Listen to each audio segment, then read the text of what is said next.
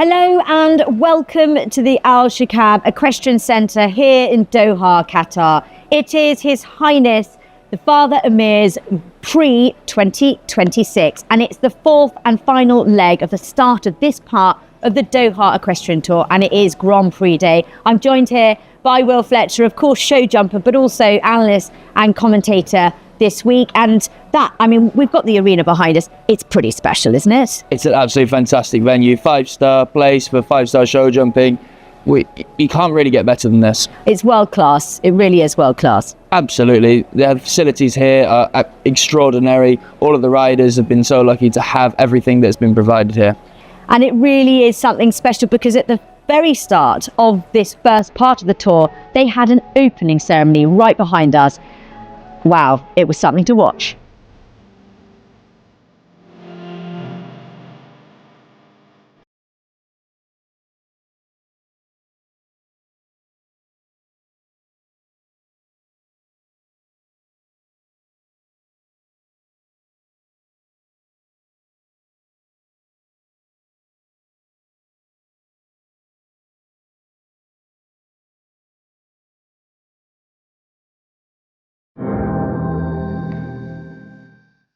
Wow, I was just looking at those pictures there. It really does set a standard when you have an opening ceremony like that, doesn't it? Absolutely, and this is the standard. This is the absolute world's best here. They've left no stone unturned for the horses, the riders, for everybody coming here, spectating. It's an absolutely world-class facility.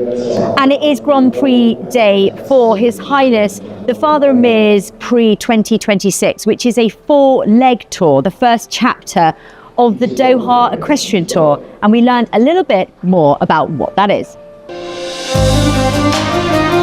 My name is Salmin Sultan Al Suwaidi. I'm the sports manager in Doha Equestrian Tour.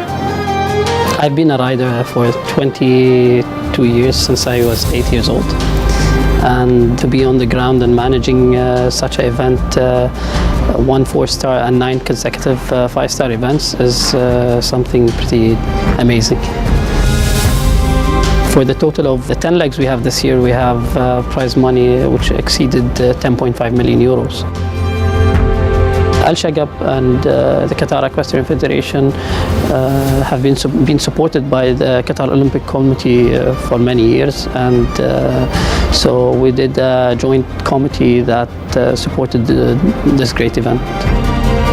So DET Doha Equestrian Tour is 10 consecutive weeks of great sport. We started with a 4-star event on the first week, for the first leg, and then we continued with the 3 5-star events coming after that to the 4th leg of Amir Father. And then we're going to His Highness the Amir Sword. We have many good riders coming internationally from Europe, from America, and all around the world. Even our locals, it's motivating to them to compete against all of the great riders that are coming to Doha. We look forward to welcome all the people here. Well, the tour is so fascinating because even this first part is well over 3 million euros, and then the whole tour is over 10 million euros for the prize pot. So, I mean, it's important to come here, right? Absolutely. With that money here, is bringing the absolute best to Qatar to jump in these classes for all this money. It's absolutely fantastic. And jumping, that's what they've been doing. And this week particularly, we've seen some incredible rounds. We've seen some great sport here. We've seen some brilliant winners. Kristen van der Veen did a superb jump off to win the big class yesterday. And we've also seen some great winning rounds from Max Kuna, beating out Scott Brash in the first big class on the Thursday. And then finished off last night with Millie Allen, winning the 6-bar there on her Grand Prix horse, jumping a superb round to take home the win. That was a favourite for me. I thought Millie looked absolutely incredible, and it was great to see her Grand Prix horse before today because it is Grand Prix Day.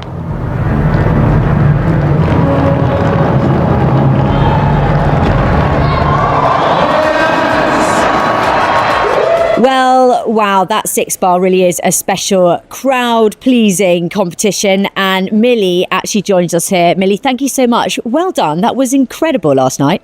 Thank you very much. I'm so pleased with my mare. She felt great. I've not done one before with her, So I wasn't sure, but as soon as I went in the first time, she felt very confident. It is a great competition to watch, but how on earth do you kind of prep or ride a course like that? It's a bit different to the normal system we have for the other competitions. I think you have to see how they're feeling. It wasn't too complicated with her. Just jump in, and then she took the rest on perfect. Now, tell me a little bit about this week and Doha. You've been here before, right? Yeah, I came last year. It was my first year. We enjoyed it so much. We come again. The horses feel like so happy here. They love jumping in this arena. So yeah, I'm really grateful to be here a second year. And when did you actually arrive, and when are you planning on going home? This is my 4th week of competition here. After this, there's a week off and then 2 more weeks jumping. So you really need a big team, right? Absolutely. And to get such great successes in the ring, you need to have a great big team. Who have you got here with you? We have, I have my groom, Gabrielle. My parents have come over for these 2 weeks. The other week, Carol, my boss, was here helping me. There's also everybody at home, keeping the horses still fit at home and working there for when I get back. So there's a massive team behind me, and I'm very grateful for that team. And give us an insight into how many horses you have here and how many horses you have at home. I have 5 horses here. At home, I have maybe 8 still there. So yeah, I have my team at home, keeping them going, and they're doing a super job. It's incredible, this sort of international, not circus, but you're all going around the world all the time. How do you plan and manage all of that? Again, I'm very lucky to have people that help me with that. The people at home really help me be organized and ready so I can concentrate on my actual job in the ring. So yeah, I'm really grateful for the team at Carol Cox Horses where I work, to have the best support. Well, I think support is so important, and we were really, really lucky to go and meet Kristen van der Veen's groom, who told us all about what it takes to be part of that A-team. My name is Lee Ashby Kostmeyer, and my role is to groom for Kristen van der Veen. I have been a groom my whole life. I kind of started 17, 16 as a groom, full on. It was more of like a working student job. So it was just to pay for my horse that was there. I've been like a groom paid without the horse for just a few years now. I would actually say my mom honestly was my biggest role model. So we grew up on a farm. So that's she taught me everything I knew. I had a little tiny pitchfork when I was just a little child, and she just taught me the responsibilities of having a horse and everything. So definitely her, and then Kristen for sure. Kristen has a few clients. So I love the client horses. I'm very biased when it comes to clients because I always wanted to train and do that myself. But Kristen's, the one I know best is Uno. That's her 5-star horse. Good boy, Uno. Good boy. Yeah? Come here. Yeah, it's a good boy. He's quite amazing. And then her old stallion, Faustino de Tilly. He's not working anymore. He's retired, but he's in New York now, I think, breeding and just hanging out. So those two I definitely most fond of. On a normal morning, we're usually here around 5:45, 6, if we're lucky, 6:45. So we'll just start by feeding, hay, cleaning stalls, cleaning water buckets is very important. Usually we'll start by hand walking, just to get all their legs stretched and whatnot. We try to do that twice a day. And then typically Kristen comes probably around 8 to 9. So then she'll start working those horses and then showing, depending, if it's a show day, maybe she'd be doing that first and maybe have to ride earlier. Showing, riding, flatting, lunging. Around noon, we do hay and whatnot, just make sure to do a checkup on the horses, pick out stalls, make sure everyone's doing all right. And then around 4 o'clock, we try to do dinner, but here it's just the schedule's so long and so late that we've been trying to have to kind of squeeze it in some places. We do a night check around 8 o'clock, 8:30, put sheets on if we need, and then that's our day. Seeing all these different athletes and Kristen compete here is so inspiring to me. I mean, I only dream of doing that one day. That's why I just keep doing what I'm doing. But I mean, there's always so much to learn. So like from all these inspiring athletes, I could just absorb everything. I've never seen Harry Charles in person, so it's quite exciting. Obviously, Kristen. I like to see Eve Jobs' show. She's quite good. We gotta root for the US, you know? I mean, I was just watching Harry Charles in the schooling ring. It's just so cool to see the way he can manage his horses. I mean, it's very similar actually, which is cool, to Kristen. It's very soft and allowing the horse to find its own balance. So yeah, I think those are my top 3 to see. Even if I'm not at the ring with Kristen, I do watch her on my phone.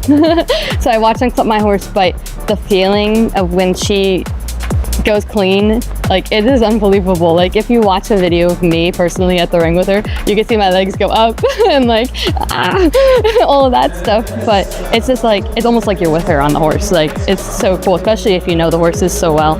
It's amazing. I just love like the handling of the horses, but the best part is when we come out of the ring and it's been a good round. It doesn't have to be a winning round. The horses were out there, everything was safe, and just being able to give them their cookies after that celebration is just amazing. Just seeing the smile on her face, like it's just like the reward of when they come out of the ring and then you come back and treat them and ice them and all that stuff. I just love the aftercare, I would say.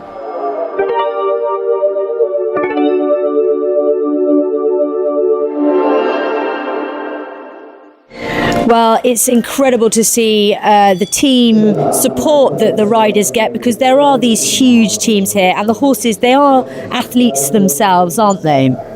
Absolutely, the athletes, they are phenomenal. You know, they are doing all the work. You see them over the fences, how much they are working.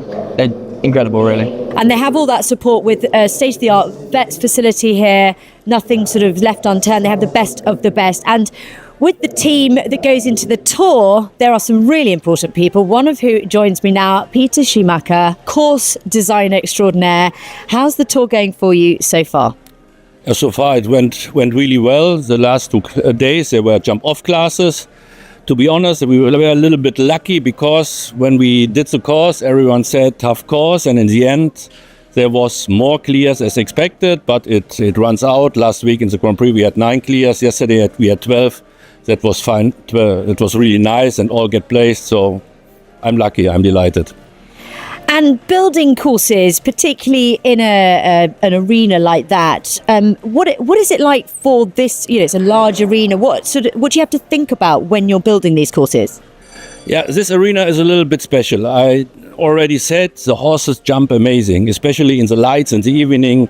You will nowhere in the world you find lights like that. The horses jump.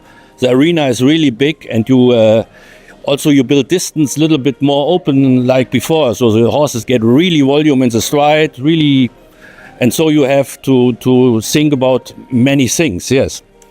But it's Grand Prix day, and Grand Prix are a different kind of course. Would you agree? Absolutely, the big class of the day, of the week. What, as a course designer, for people watching, what are little tricks and things that you can do to make it a little bit more challenging for the riders? Yeah, it's not only the heights. So we have a competition schedule with 160. When we talk about 160, of course, verticals will be 160 with the Oxa. So it's when they get 155, it's really international top level. So we will have to do the Oxas 155, perhaps in the combinations a little bit less. But we also have to talk about colors.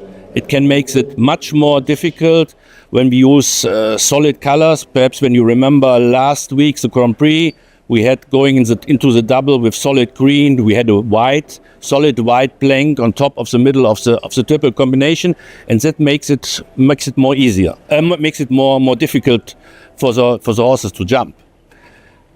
Can you give us any clue to today, or do you have to keep that top secret?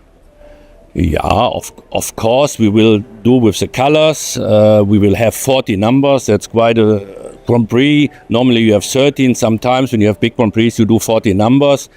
And we will have a very interesting line with a distance set up with forward strides. Normally I will take 4 strides and then go a little bit bent to a combination, and then a short distance to a plank. So that will be for me the most challenging line in the course. And how exciting is it to be as part of this sort of tour like this? It's quite something. Absolutely. I really appreciate to come here. It's very special. The conditions are super. The footing is super. And it's special. And we've seen a lot of special sport so far, particularly from one man. Scott Brash has done what we call a double-double leading up to this point here. What Scott has done there with, as you said, the double-double is unprecedented. To win 2 5-star Grand Prix and 2 3-star Grand Prix in the space of just 14 days is incredible. And he's done it on 4 different horses. And he's just on a complete roll at the moment. And who do we think is going to challenge Scott this week? There's so many good horse and rider combinations. You have Harry Charles, he won the 4-star Grand Prix the first week, just narrowly beating Scott, so we know he can beat Scott on the day. And his wife, Eve Jobs, is second in the rider standings in the 5-star Grand Prix list. Abdel Saeed has won so many Grand Prix here. Max Kuhn has been a winner. There's so many great people that can definitely knock Scott off that top spot. Well, it is the finale of this 4-week tour, His Highness the Father Amir's Prix 2026, and it's been a wonderful tour to this point, and we're going to take a little look back at those first few wins, the 4-star and 2 5-stars that have led us here today.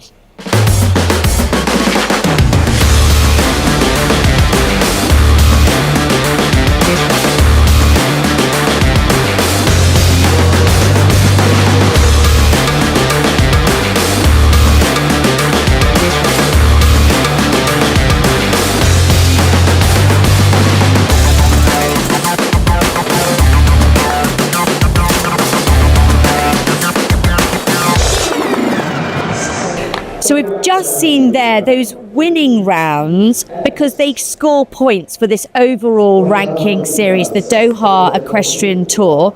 Everybody scores points who gets placed, but it is those points are the ones that are going to get you to the top of that table because it's a €10 million prize fund for the entire tour. So it's so important. But let's get back. One more question before you go. You've got riders from all over the world, up and coming riders, but you've also got seasoned Olympians. How on earth do you design a course like it?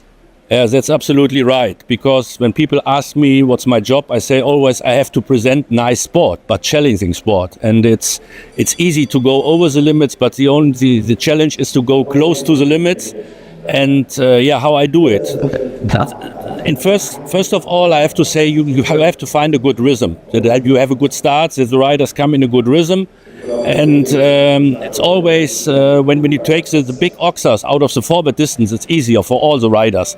When you go really short to oxer or to combination, it's much more challenging. And so you have to find a mixture in the course to level it a little bit out. So that's a task of what I have to do, yes. Wow, meeting the experts there like Peter Schumacher gets a real insight into what it takes to be part of this huge world-class team. And he has gone down, of course, to the course with Will Fletcher because Will is joining Philippe Lejeune. It's Grand Prix time.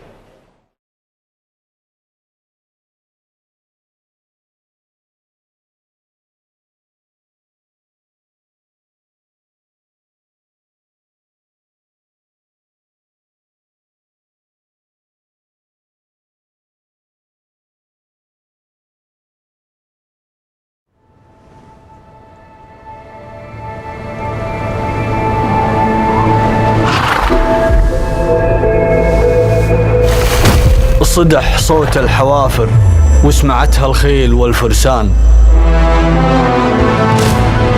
وصل لأقصى بقاع الأرض، صدى صوته ملا الأقطار طول وعرض.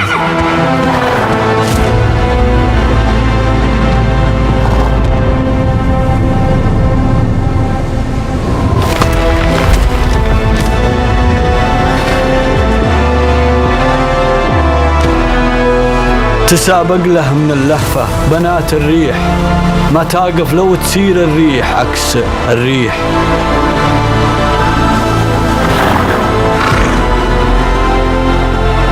من الصحراء تشوف الناس ضحضاح السراب أسراب، تلاحظ في ملامحها الغريبة حالة استغراب، تحدد وجهة الصوت اللي يصداه وصلت الأسماع، وعلى الوجهة ما تدري عن بعضها وتتفق بإجماع.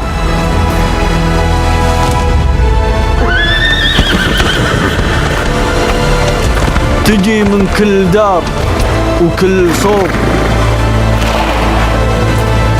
ترابط بين أحاسيس وقلوب، تجمعنا الهواية والمحبة هنا من حيث تجتمع الشعوب.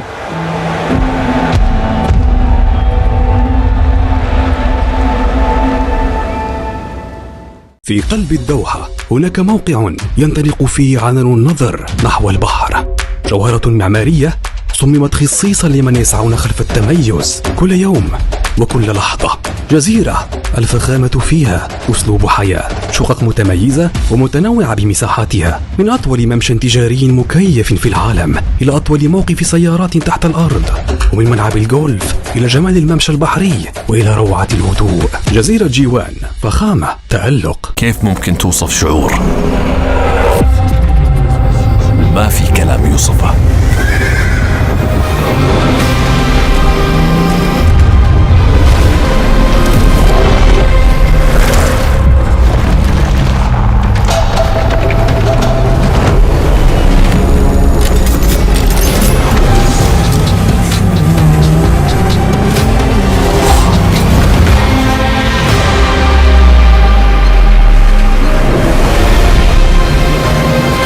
مشاعر ما يلزمها وصف.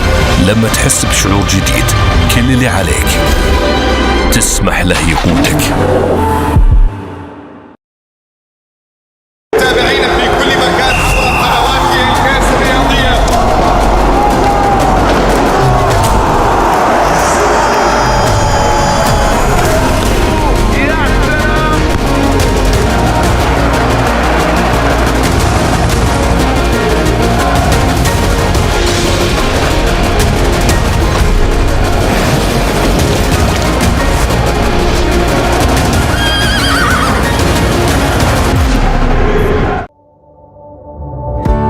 تطبيق لبيه، منصتك الذكية لإدارة خدماتك الصحية لدى مؤسسة حمد الطبية. للتسجيل حمل تطبيق لبيه من متجر التطبيقات، ثم سجل الدخول عبر معرف التوثيق الوطني لدولة قطر. فعل خاصية بصمة الإصبع أو الوجه لتسهيل الدخول. فعل الإشعارات لتصلك تنبيهات المواعيد والتغييرات. يمكنك من خلال التطبيق الاطلاع على المواعيد الطبية القادمة بكل سهولة، إعادة جدولة المواعيد أو إلغاؤها بخطوة واحدة فقط، استعراض ملفك الطبي والاطلاع على نتائج التحاليل والوصفات الطبية، تقييم حالتك الصحية ذاتياً باستخدام تقنيات الذكاء الاصطناعي. ونعدكم بتقديم المزيد من الخدمات. لبيه، منصتك الذكية لرعاية صحية أفضل، ونسعد بخدمتكم دائماً.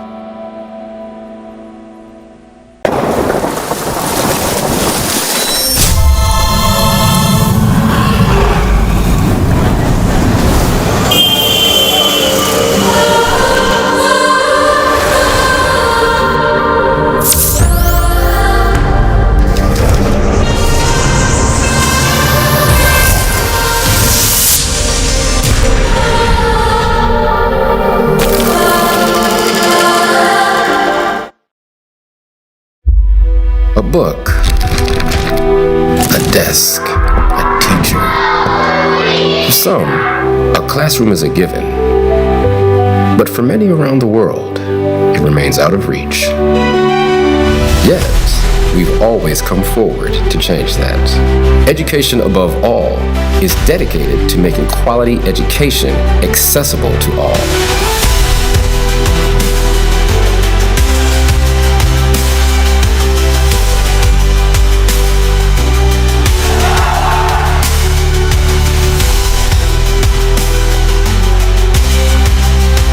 Because when a child learns, they don't just change their future. I want to be a pilot. I've dreamt of being a scientist. I want to work where I can help people. They change the world around them.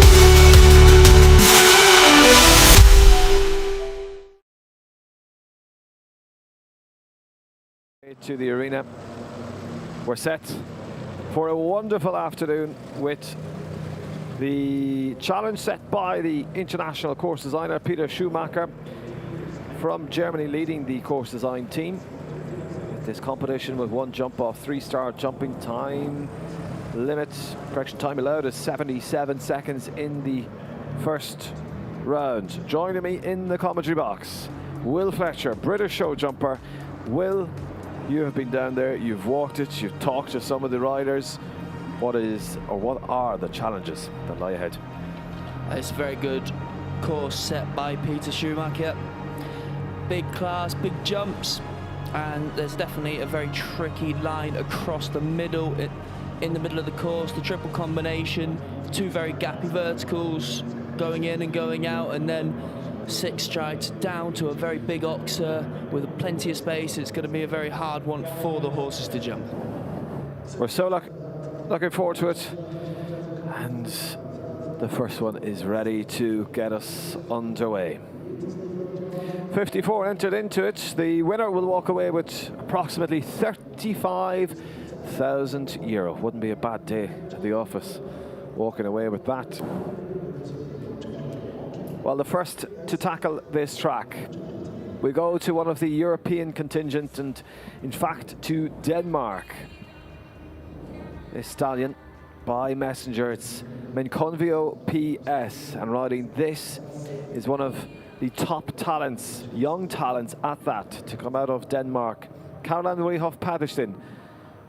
She's in the top 66 riders within the FEI under 25 rankings. She is a youth European Championship veteran. Well, she goes after her GCL debut in London last year. So first to go for Denmark, Caroline Riehoff Patterson. Caroline's been on some very good form so far this week. Jumped a super round, jumped clear in the big 155 jump off class yesterday.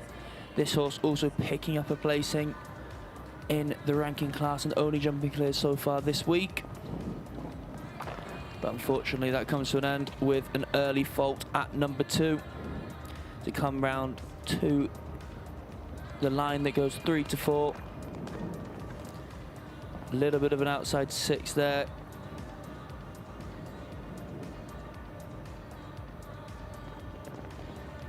Vertical off the corner, and then the riders get to decide what's the easiest way to this combination, this double. And Caroline unfortunately just gets a little bit of miscommunication there with the horse, and after having the early fence down, makes the sensible decision to turn a circle and represent.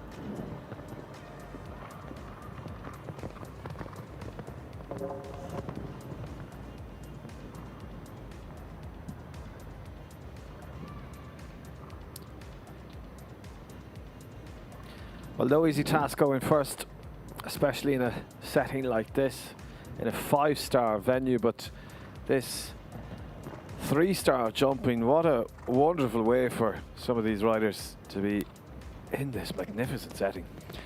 Exactly, it's absolutely wonderful facilities. These in the 3-star, it's still very good money up for grabs, and there's still some very good riders, but it does give a few of the home riders a chance to jump in this fabulous setting.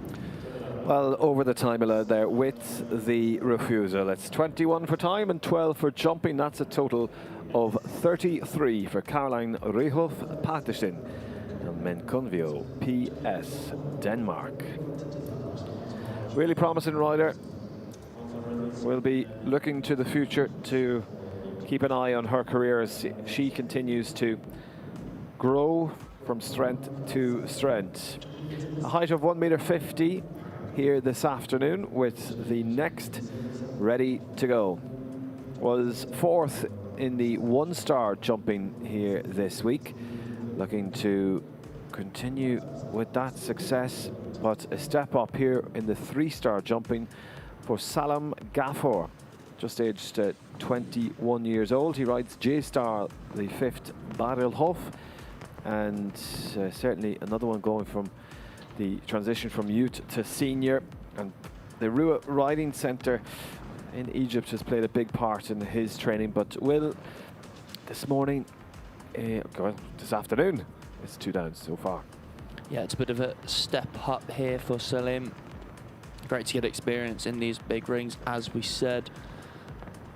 What a place to do it, to gain that experience, but it is a learning curve. Unfortunately, not liking the water tray there after the double at fence 7.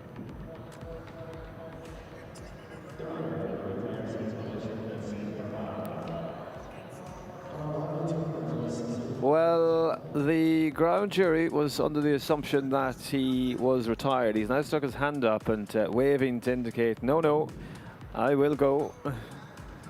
So a little bit of a misunderstanding there.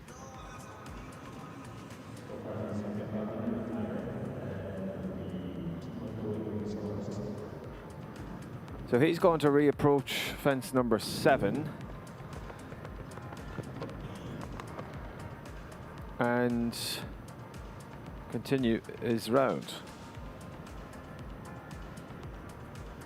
Bit of a curious one here, big combination to jump. Having an extra stride up to this octa and having that down again. Accumulating quite a lot of faults by this point.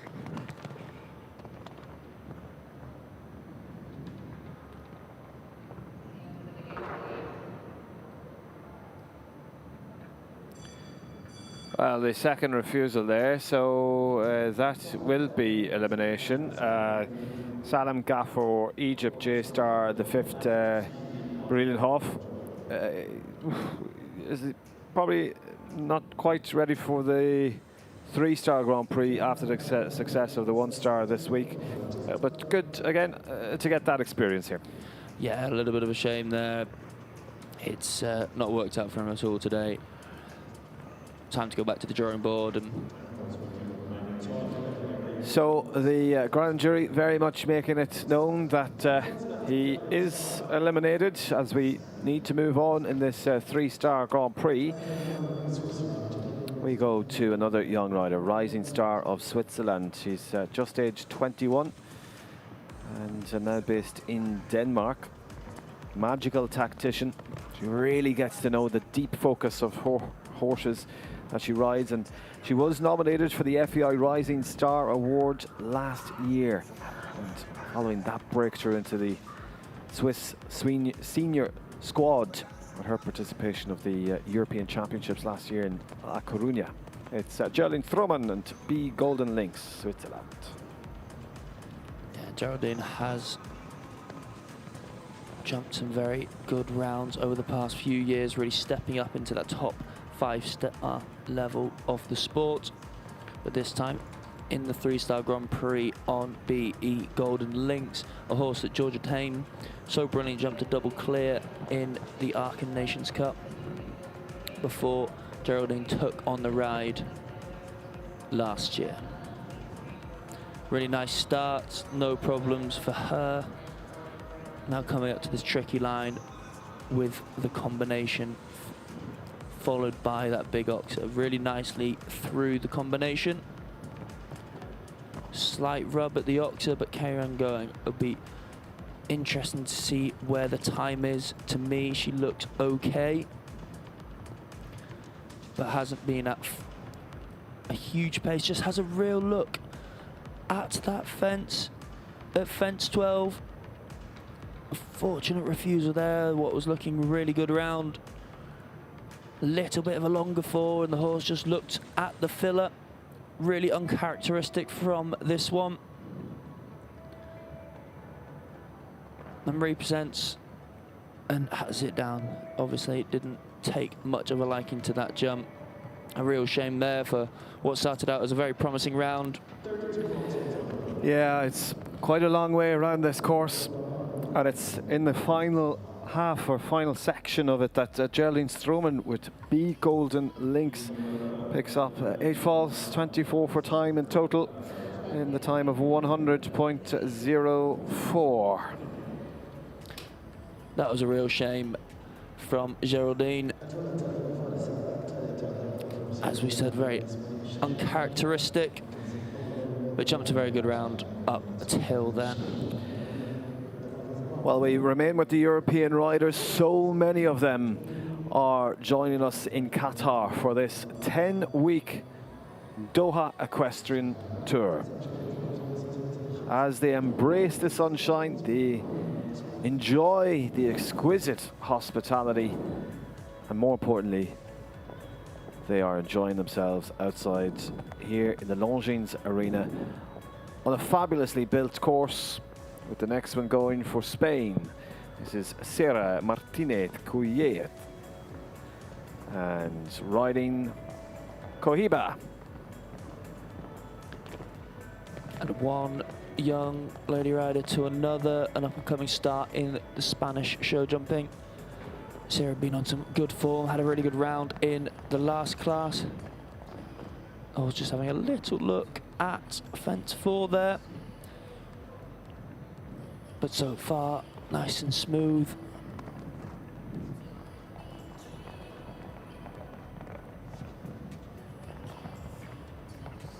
Jumps through the double really nicely. Keeps it together.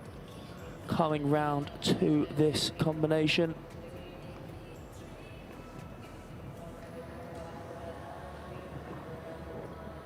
No problem so far. Can she keep the horse off this front bar? Unfortunately not. You could just see the horse took the bridle a little bit. Sarah having to work to get it back and keep it together. Unfortunately, the front bar comes down. And another one to fault at fence 12.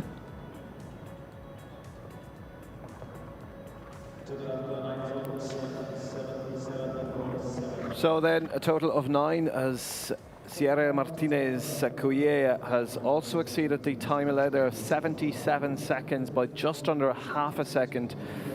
So a total of 9 with Cohiba.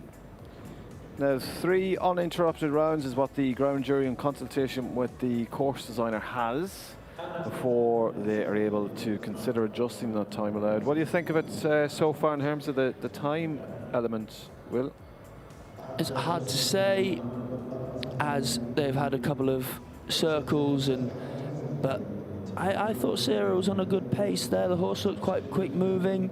To get a time for it, I was a little bit surprised, but hopefully we'll see more from this young lady. Well, we go to one of those riders that is really competing extraordinarily well here in Doha. This is Anastasia Nielsen with Dark Chocolate. Stallion by Casal goes with a knockdown earlier on though for Monaco. That's a shame. As you said, Anastasia has been in some really good form. One definitely to watch later in the 5-star Grand Prix on ESI Rocky, and she decides to call it a day after having 2 early faults. Yeah, calculated move there. She knows her horses.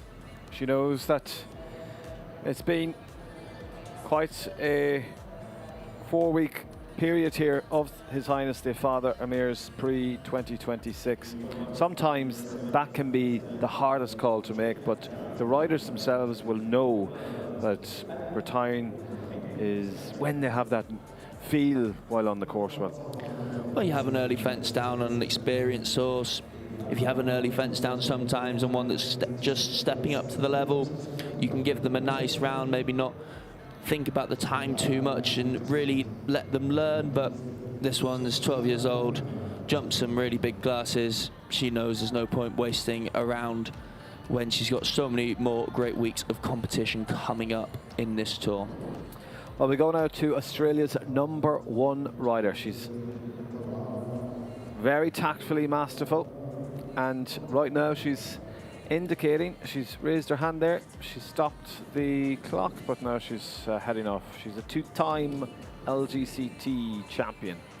He's the winner of the LGCT Super Grand Prix in the inaugural Super Grand Prix in Prague. That was back in 2018, which went on to achieve some great Grand Prix wins around the world. And she goes now as a 5-time Olympian. Joins us riding Labantrix. This is Australia's Edwina Tops Alexander.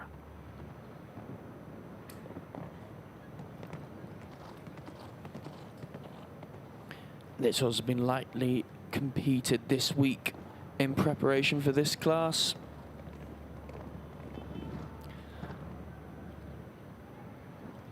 A 10-year-old mare looking really nice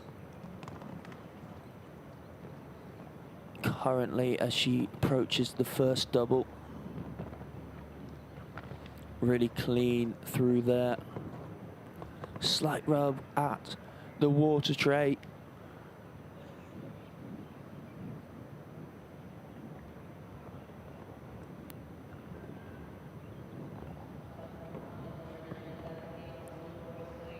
She balances it up on the 6 strides there, no problems at all. Be interesting to see how she is on the time.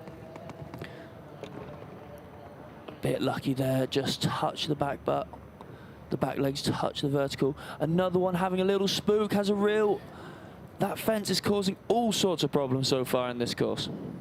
Well, it is a fence that also caused issues yesterday. It was that fence in particular that was in the final part of the 5-star jump-off competition. In fact, if I'm remembering correctly, it was the penultimate fence in that final line down the middle, and plenty of people knocked that as well. It's 4 faults for Edwina Tops Alexander Labantrix.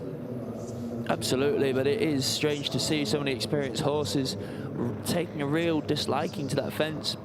I'm sure one that they have jumped plenty on this tour so far, but sometimes it's when, you know, talking to the course designers, putting fences in different places, it does make a real difference, and that is really causing some problems because Till then was jumping a superb round. Well, we go to the first of 2 riders next for the home nation. This is Qatar's Suud Al Ajami. He's the lead rider of the Watnan jumping team. He's a dual threat as he began his career in endurance riding. Represented Qatar in the 2006 Asian Games before switching to show jumping. Plenty of experience last year, in fact won the Hampton Classic. He goes riding Watnan Quality Street. So, word from the grand jury. The new time allowed is 79 seconds. We think that's wanted, Evan? It's hard to say when we've only seen 2 uninterrupted rounds, but it did look a little bit on the tight side. Edwina was keeping up on the pace and ended up with a couple of time faults, but she did have a little bit of a wobble at the second last. I'd say this proving how many problems that has happened so far. It might be a good idea. And unfortunately there for Fowler, just having the fence down and then losing concentration coming down to that big oxer. A shame there for him. Well, his fellow teammate and countryman is in the arena with the identical jacket, as they probably are offering a little bit of encouragement to each other. And deciding to retire there by jumping the first fence is Suud Al Ajami for the state of Qatar at Watnan Quality Street. And another round that has come to premature ending. This course proving very difficult, built by Peter Schumacher, but I'm sure there will be plenty of good rounds to come. Yeah, no doubt. As we remain with Qatari riders, Basim Mohammed. This is Watnan Pop Eye, a stallion that's by Vigo de Arisores, and this rider is It's certainly one for the home crowd. He made history as the first Qatari rider to win a 5-star LGCT Grand Prix. He did so 12 years ago in Monaco. My word, has he continued his success right through to today. Let's see if we can get our first clear. And Bottom Popeye just having a little look at that fence 4. It is a brightly coloured fence, and a few horses have had a little look. Put a bit of leg on now in response to that. He's really moving around the corners.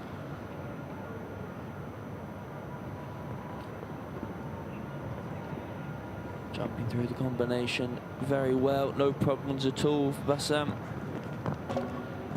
And really working hard. You saw him really leaning against the horse, trying to support it over the front bar. Just had a little touch, got away with it. Coming down this final line now. Will we see another problem at this vertical?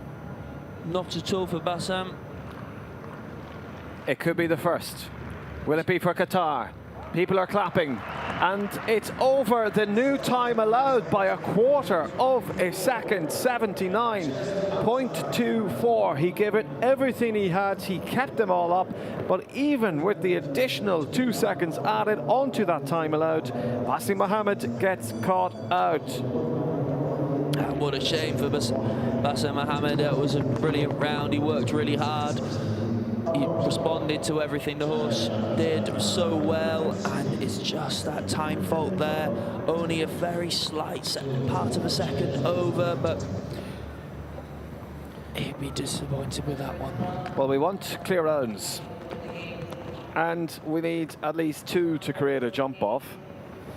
As we go to Magic City, this stallion riding this for Egypt, Shady Ashraf Hassan.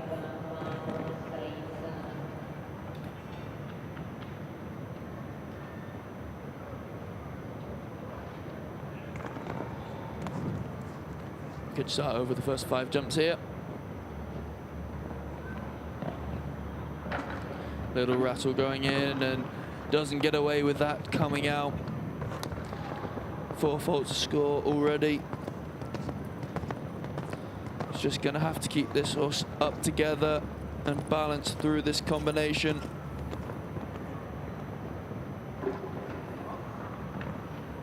Stretched over the back bar in the middle well there. Added up on the 7 strides to this Oxer and has the back bar down. I think it's a very hard jump to jump if you decide to go on that extra stride on the 7.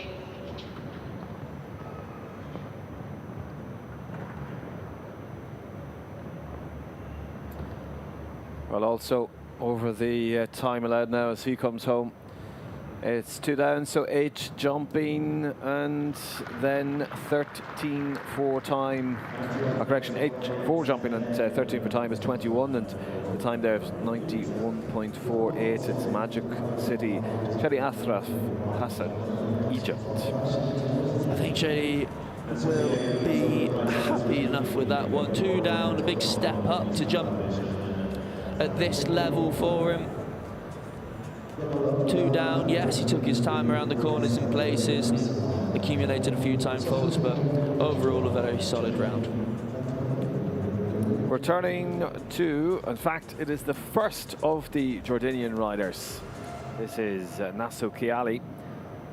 Number of, in fact, 3 top 8 performances over the last 2 weeks alone, and yesterday placed 4th in the 3-star 1m45. He goes with this mare that's 10 years old. It's Grande de Puntal. Just had a little buck in between 1 and 2. He adjusted his stride to get the extra 1, but unfortunately the 3rd fence comes down.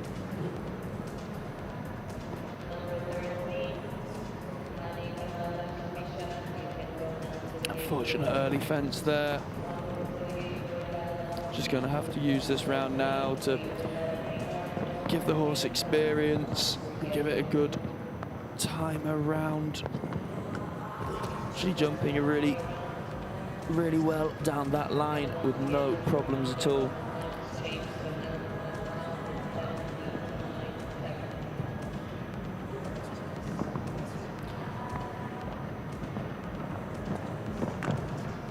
Such a shame to have that third fence down. A little bit of a cheap jump there. He's jumped a wonderful round other than that. Showing a lot of ability for this 10-year-old. Another one that's looking like it's going to creep over that time allowed. Well, it is 80.85 that what the clock stops at there. So with the 2 down, it's 8 for jumping and 2 for time. Nasu Keali, Grande du Puntal, Jordan. Well, this time allowed is causing issues. The course designer, the ground jury team may start to be sweating. They will be looking to see if anybody can get in under the time allowed, but with 54 starts, there's plenty ahead. Exactly, and there's some really good riders coming up soon. Well, we go to the next rider to represent the home nation. The last one, we just picked up the 1 time penalty. Let's see if we can get a clean score here, as Hamid Nasser Al-Qaidi goes with Edison Z. This horse only a 9-year-old. Starting out there, a little bit of time around that corner. He's going to have to pick up the pace a little bit to get inside the time allowed as he's steady into this double. And he just runs out of room down that distance. You could see HAMAD working hard to try and get the horse back. Unfortunately ended up just a little bit too close, and just their first 2 parts of that combination coming down as well. As we said, only a 9-year-old horse this, to be jumping at this level so early in the year. It is a very hard ask, and unfortunately a few fences coming down because of that.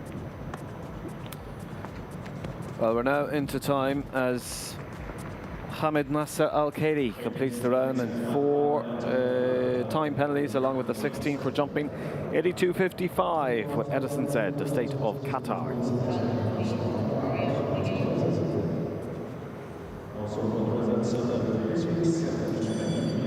Well, we continue and welcome the next 4, Jordan.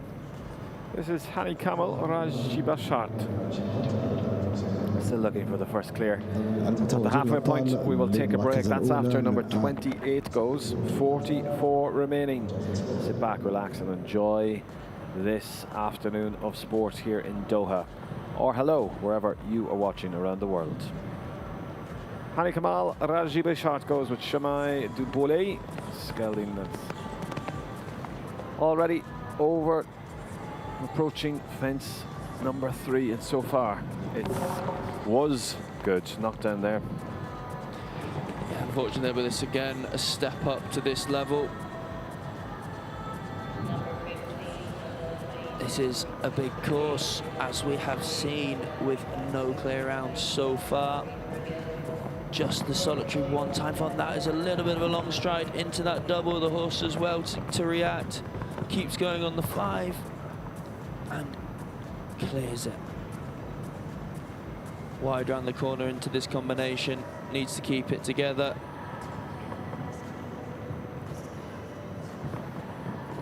Working hard to get it over the last part of the combination.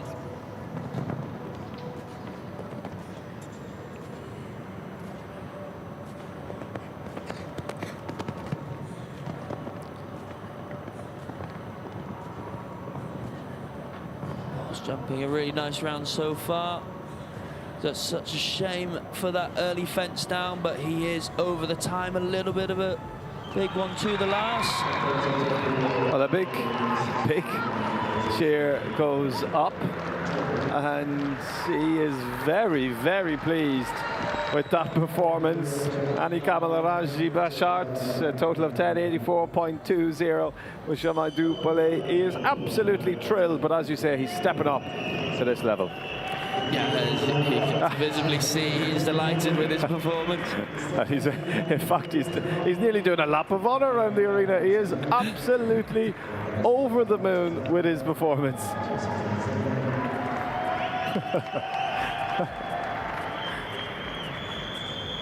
Well, fair play to him. It's nice to see the emotion of people when they gain a personal achievement like that.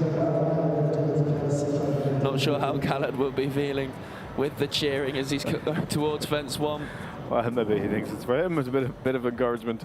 Khaled Al-Mabaiti is the first for the Kingdom of Saudi Arabia, and he is on course with Capriccio E. The Scalding is 10 years old. It's by Arreso VDL. This is one to watch, as many of these Saudi Arabian riders have just been growing in their strength, and including now performing at the very, very top of international show jumping.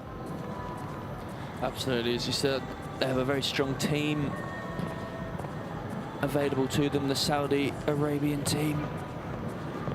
Khaled being a big part of that and riding a really nice round so far, looking very smooth. This horse jumped a nice clear round yesterday just for a time fault. Just in the 140, but only in preparation for this class. Doing a super job, he's keeping smooth. Tight back to this vertical, but he gives it the time to jump it. Can we get our first clear? It looks like it. It's 2 from home. The time is good. The time allowed is 79 seconds. He has to keep the last one up. 75 seconds on the clock. It remains in the cups. 77.57 is completely academic in this round, as long as he gets in on that time allowed of 79 seconds. The first clear round to Kingdom of Saudi Arabia's Khaled Al-Mabaiti. That was a great round by Khaled. Started out with such great intent. It was so smooth, forward moving. Jumped super, maybe a little bit close to that last fence. Rubbed it, got away with it, but we have our first clear in this very challenging 3-star Grand Prix. Well done indeed to him, and this man knows everything about winning 5-star Grand Prix, including those LGCT Grand Prix, as he goes in this 3-star. But he rides Amir. That's Watan Wazu Vom Klasov. And riding is Belgium's Abdel Said. 12-year-old, this one. Abdel, he's had a little bit of an unlucky week so far, but we know this man is capable of producing magic when it matters most. So many big wins under his belt, and this is a ring. He has won so many Grand Prix in the past.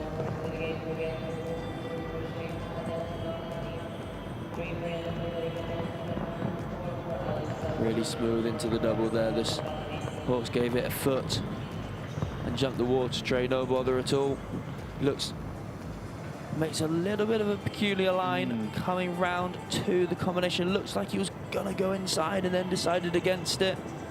We'll see if that has saved him any time or not, but it does jump the combination. Brilliant there for Abdel.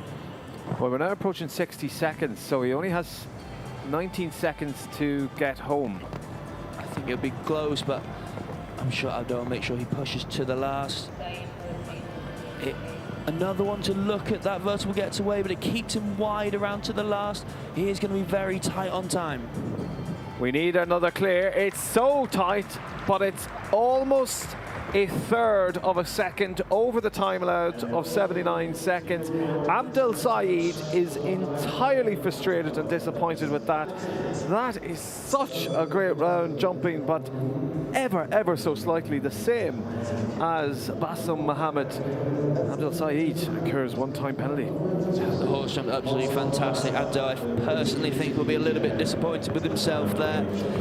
Had that peculiar line around to the combination, but then what was interesting, I'm sure he would have thought he could have cut that line to the last a little bit easier. The horse had a look at fence 12, which we have seen a few times so far, pulled his line out wide, and he could not shave off that third of a second that's cost him a time fall. Well, on course now is Frances Lara Tribe. This young lady has had a great week, and 2 weeks in fact, With shotgun now, Stallion on course. It's the 16th to go, riding for France. And this horse has been jumping super well for Lara, former horse of Jack Whittaker's. We've seen jump some big Grand Prix. Still not the oldest, 10 years old, but it has had a lot of experience in big classes already. She's keeping a nice move on so far, jumping through this combination really well. This horse not always the quickest moving, but a big scopy jumper, but she's doing a great job of cutting the corners where it needs to be. Riding a super smooth round so far. Can she hold off the vertical here? No problem at all. She's moving up to the last. Can we get our second clear? One to jump. Yes. Well in under the time there. It's clear, and our jump off is created by Lara Treiber as she goes clear and gets shotgun into our jump off. She now joins Khalid Al-Mobaithi. 2 clears. That was a fabulous round by Lara. She was so good with the time. As he said, this horse isn't known to be a really fast mover, but she was so efficient around every single corner. She was tight where she needed to be. She rode in such a smooth rhythm. She'd be delighted with that as she looks. Really excited to see her in the jump off with this partnership. Well, 1 for the Kingdom of Saudi Arabia, 1 for France as Said Saad steps up to approach the start on the first fence as he clears that vertical with King's Guards, goes for Egypt. And another one just to run up and have the front bar of that second fence. There's a bit of a step up for Saeed here. To jump at this level takes a whole lot, and unfortunately 2 fences down out of the first 4, taking him out of the jump off already. But he will use this round to gain some experience for the horse and himself.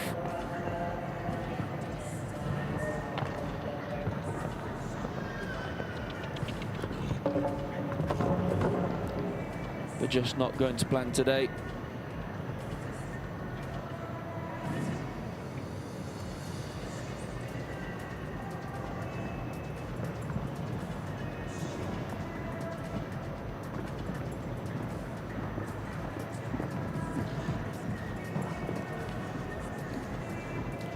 Jump through that line very nicely, which is a difficult line.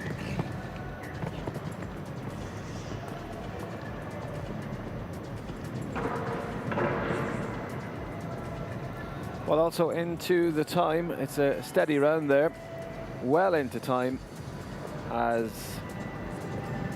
they clear that last fence. 10 seconds over the time allowed nearly. So 16 for jumping, 10 for time. Said Saad, King's Guard, a total of 26. Not ideal for Saeed to pick up that many faults, but again, it is all experience. Jumping in these fantastic arena. Well, not forgetting that later on to conclude the jumping in the Longines Arena at Alshaqab, we have the big one, the 5-star Grand Prix. Last week, this man was the runner-up in that. He'll be hungry for the win this week. Or will it be a win in this 3-star Grand Prix? Riding Lavisto. His 10-year-old gelding is Geoffrey Puck, Austria. Geoffrey, a super experienced rider at this top level. He'll be wanting to get himself into this jump off, but you know you have to be efficient around the corners. He turns up to the fence 3 that I have seen a few people have down. Little rub at fence 4. My opinion, I think he's going to have to up his pace, although he's keeping tight. He's going to have to keep moving to get inside that time allowed. Was a little bit off going into that double, backed itself off well coming out, and jumping the water tray. He runs inside the timer there.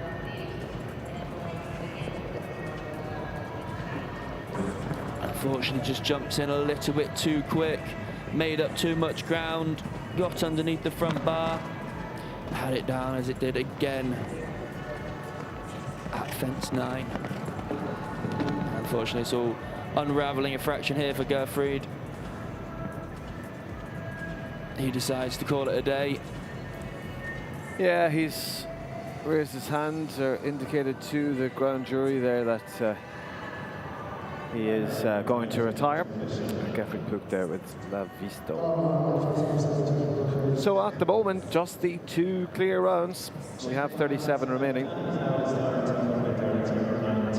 Challenge is set here by Peter Schumacher, our German international course designer. Real big challenge here, but it has to be. It's the final week of His Highness the Emir's Prix. 4 weeks of jumping, part of the overall 10-week series of the Doha Equestrian Tour. As we continue with Sheikh Fahd Jassim Al Thani, one of the youngest to field here in this Grand Prix. He's a frequent high pointer here on this home turf and will be so familiar with this arena in Alshaqab. He's a technical improver. He's starting to jump frequently at this 3-star level.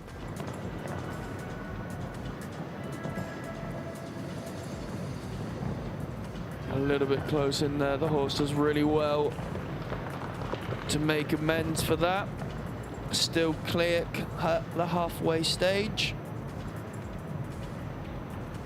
A little bit slow around that turn, but just rubs it, gets away with it, sit him up. Unfortunately, comes down. And again with fence number 9. That front bar is a very tricky fence to jump after a big combination like that. The 6 up to it as a single colour is a bit of a difficult one. Well, to the last, and crosses that over the time allowed as well. Half a second, just under half a second over. Big round of applause for the home nation rider, Sheikh Fahd Jassim Al Thani. That's a total there of 9, 8 for jumping, 1 for time. And a good performance, 2 down around this big course as such a young rider. It's all experience, and as we keep saying, what a good place to gain it, to jump in such a fantastic venue like this, week in, week out for so many weeks, gaining that invaluable experience for him to be a member of that Qatari team. Well, in just 2 weeks' time, join us here in the Longines Arena of Alshaqab as this lady will be defending her sword. She is the reigning recipient of His Highness the Emir's sword.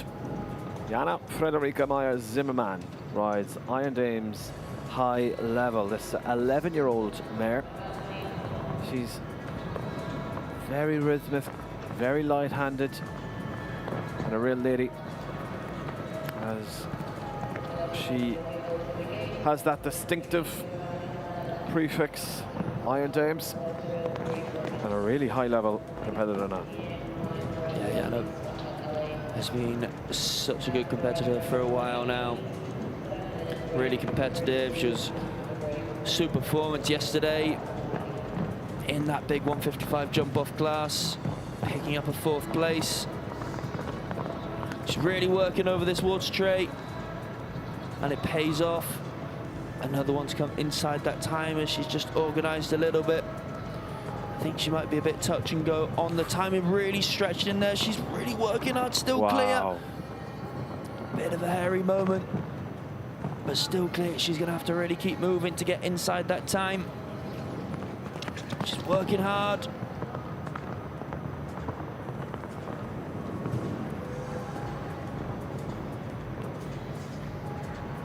Could this be the 3rd clear? And she gathers onto the last.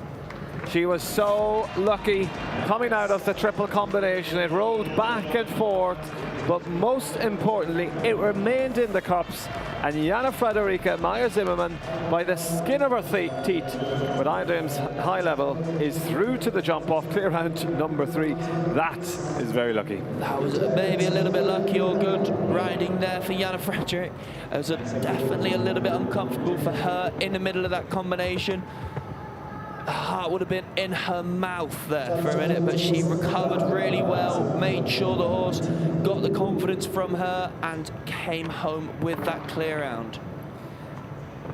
Well, Khaled Al-Mabathi, Lara Tribe and Jana Frederica Meyer-Zimmermann all clear through to the jump off. This man is Ali Saber, Nintendo Blue, and he's raised his hand after a knockdown at the first 2 fences. He decides to retire for Egypt. So 3 very strong performers in that jump off. As we go to a man who is also a very strong performer, and he will be aiming to secure his spot in this 3-star Grand Prix so he can win it. He's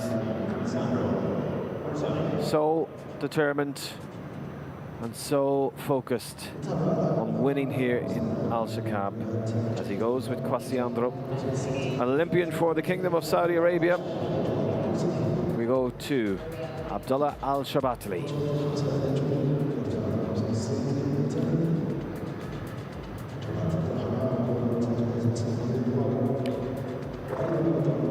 Abdullah riding here, the very experienced Cassandro.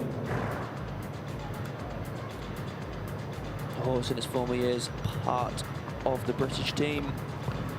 A little bit far off that first fence. I don't know if Cassandra had a little look at something. He's going to have to just keep working up here to get it together, to get the rhythm. It's hard. It's looking again a bit stuttery at that fence 3. Abdullah's going to have to use this corner to get that rhythm back together. No problems there, but he just have to keep his leg on through this double.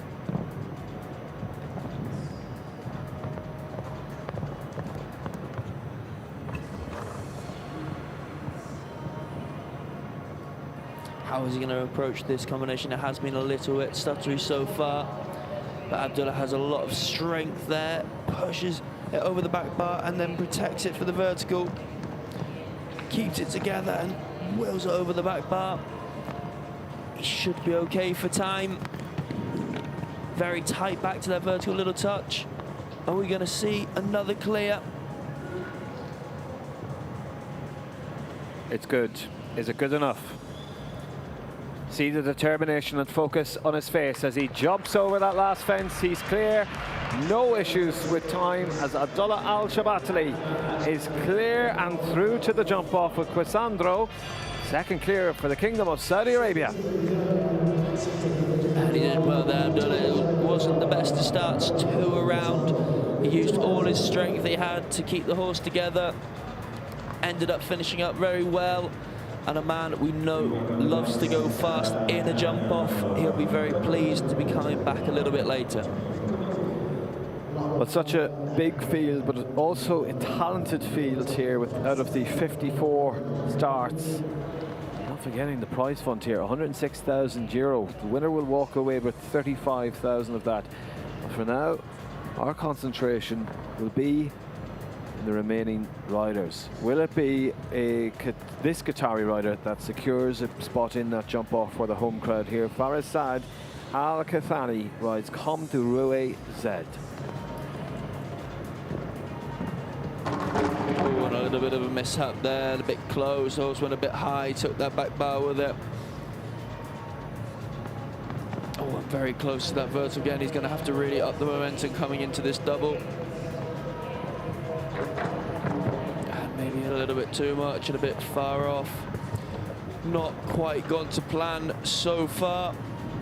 Can he just regain his rhythm before this combination?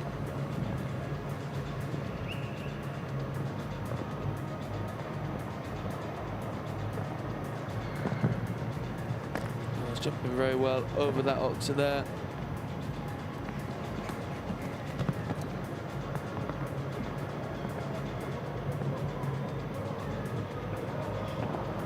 And the fence falls. And so does another 16 faults leading to that last fence.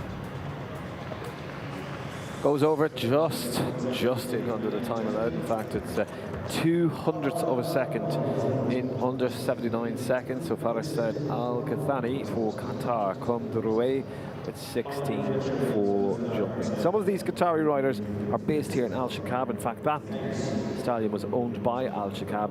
They're using this as an experience, as an opportunity. They may be jumping national shows here week in, week out, but this is their time to get a little bit of experience in the FEI and international stage.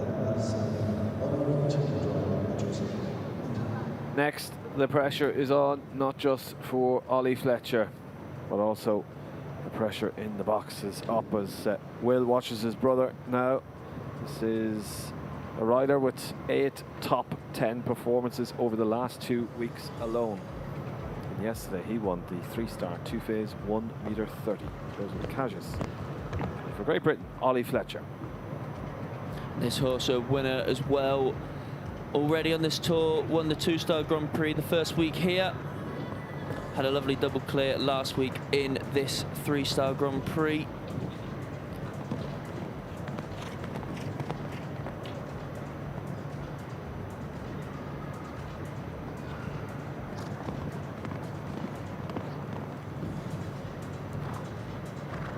Nice start, he's just going to have to keep him level through this line. Tight back, just falls in a fraction, but no problems at all. Lovely stride into the double, sets him up well. Jumping very nicely so far. That comes a bit of a test through the combination. Really picks him up over that last part. Just running a little bit on that 6 strides, but no problems for KASS. Just need to calm him down a little bit.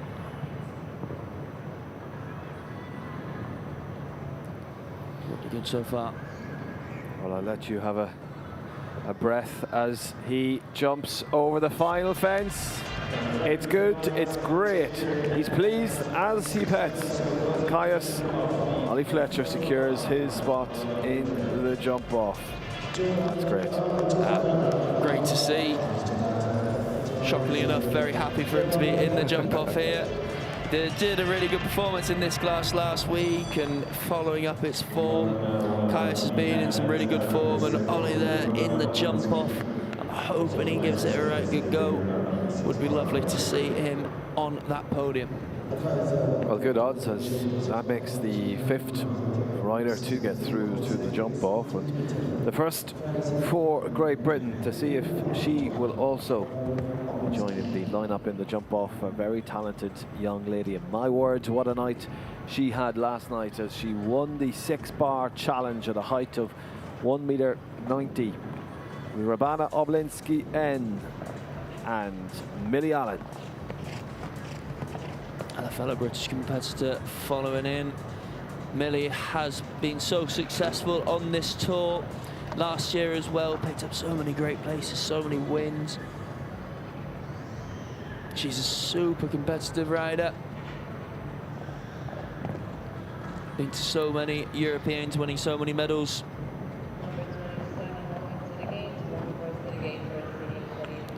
And clear so far.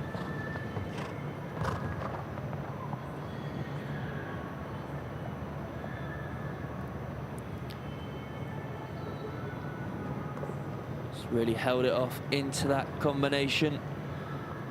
Really well ridden there by Millie. Just didn't quite have the rhythm down to that tricky oxa. Jumped the combination so well, just couldn't quite get the connection.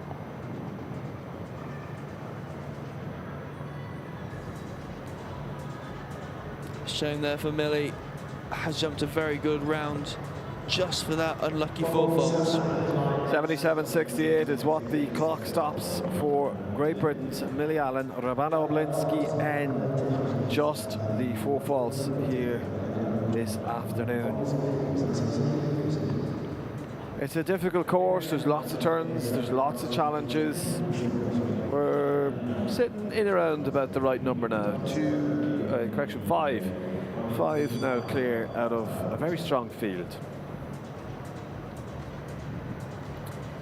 As the last of 3 before we take an arena maintenance break, 2 for France and 1 for the Kingdom of Saudi Arabia. The first of those French riders is Megan Mossinier and Kando Zed. Over the last 2 weeks alone, she has had 10 top 10 performances. Really enjoying her time here in Qatar, riding Kando Zed, France, Megan Mossinier. Kando, a horse I know very well, actually had it as a 5-year-old. And it has gone to Megan, has gone from strength to strength, always a super talented horse, and she's done a great job with it. Jumping some super rounds, very competitive. He's had a really good result in this 3-star Grand Prix last week. It's great to see him doing so well with Megan becoming a main part of her team. And unfortunately that back bar goes, real shame there.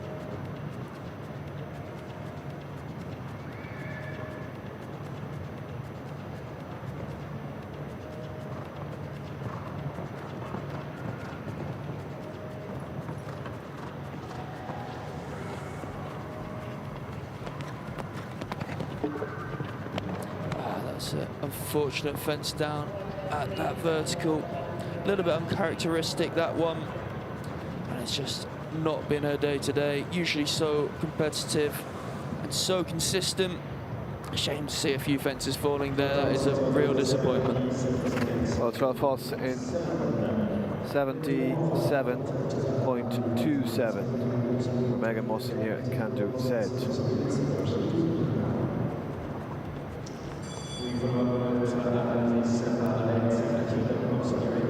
So the last of 2 to go. We go to Abdulaziz Fahed Al-Aid, and he goes with this stallion, Q-laden. For the Kingdom of Saudi Arabia, just 1 remaining then after this. 5 clear so far, 2 for the Kingdom of Saudi Arabia. Let's see if another one will go for Saudi.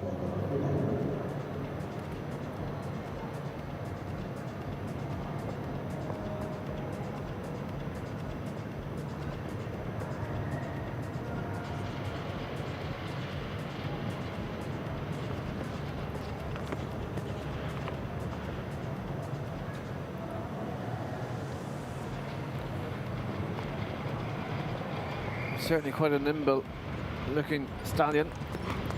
Plenty of scope going over those first 4 fences, but as we've seen, it's usually towards the latter end of this course that the problems really start to develop. Okay, there's been a couple 4 faults at the start, but there it is, the back rail of fence 6 that goes. Yeah, and just way too far off there, unfortunately. He did a little bit of an uncomfortable jump. The horse kept on going, took the back bar, and was good to jump out and continue. Jumping through the combination really well there, though. A real shame, as that was a little bit of a rider mistake. And the horse has jumped very well other than that.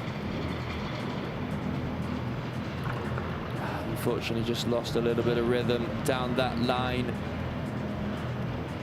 I have 2 extra fences down. So 82 seconds exactly. And that means it's 12 for jumping and 3 for time, a total of 15. Saudi Arabia's Abdulaziz Fahed Al-Aid, Q-laden. So we go to the next French lady to compete here as the sun begins to move across the sky to start setting. We will have an evening of entertainment, including a light show. Plenty of entertainment, more importantly, thrilling sport line ahead here this evening. French Shoei and Triple C Clamando Blue next. And the first fence goes there for Serene. Another one to have an early fence down. Real shame to see that happen always.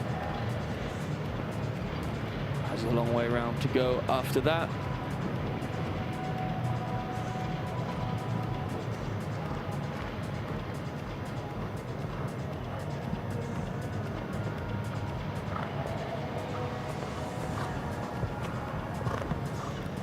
Jumped really well after that first fault.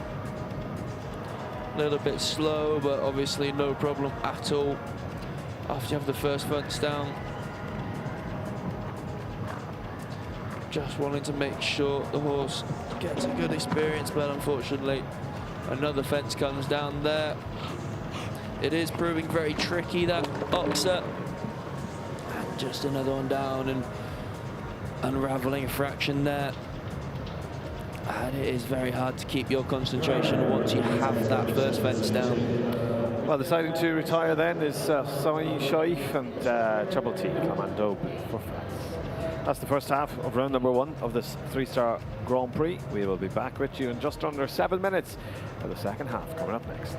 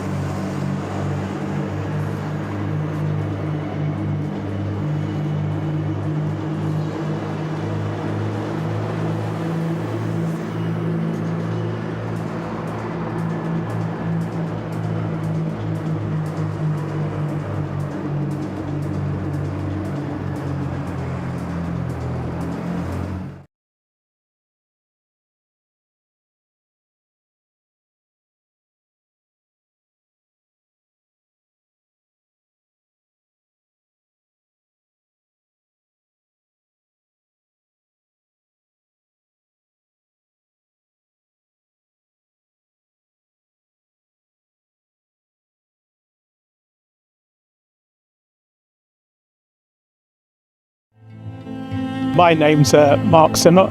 I'm the FEI veterinary delegate here at Alshaqab Doha for their 5-star event this weekend, for last week as well. Our role obviously is ultimately to maintain or uphold the welfare of the horse. We check all the horses when they arrive, check their health status, check there's nothing wrong with them. And then, like what's going on here today, we check the horses before they compete. So again, we visually have a look over the horse, trot them up and down and check they're fit to compete, ready for the competition. Then throughout the event, we're regularly monitoring the horses. And also part of my role is overseeing all the other vets they're working here. We've got about 6 other vets working here. So overseeing any emergency care that the horses need, and sorting out anything else. If anything else goes wrong with the horse, if they get any little injuries, then we advise the vets what they can and cannot do and the best care for the horses. We've got close to 500 horses here. They're all treated the same. Obviously, the 5-star horses are here, the ones jumping the bigger tracks and the more valuable horses, but all the horses here would get treated exactly the same. And our protocol and our role as a veterinary delegate is the same, whether it's a 1-star horse, a junior horse, a children horse, or a big expensive 5-star horse.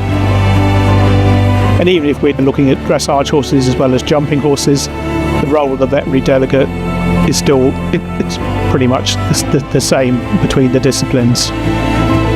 It's great to have the opportunity to come here and to work with the Qataris and the other local veterinarians here. So yeah, it's a very special venue, and I'm very pleased to have the opportunity to come here and see it firsthand for myself. This venue has seemed to have attracted some good riders and good horses to come over here. I think it's the first year they've done a really big long tour of 10 events, and it will probably looks like it's going to only grow in the future.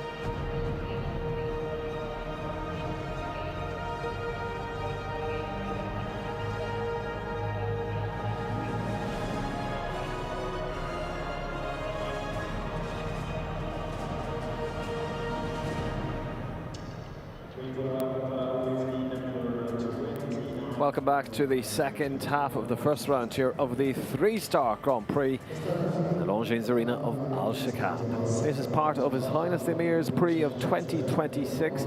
This has been a 4-week series within the overall Doha Equestrian Tour. Still with me is Will Fletcher, and we have a total of five clears.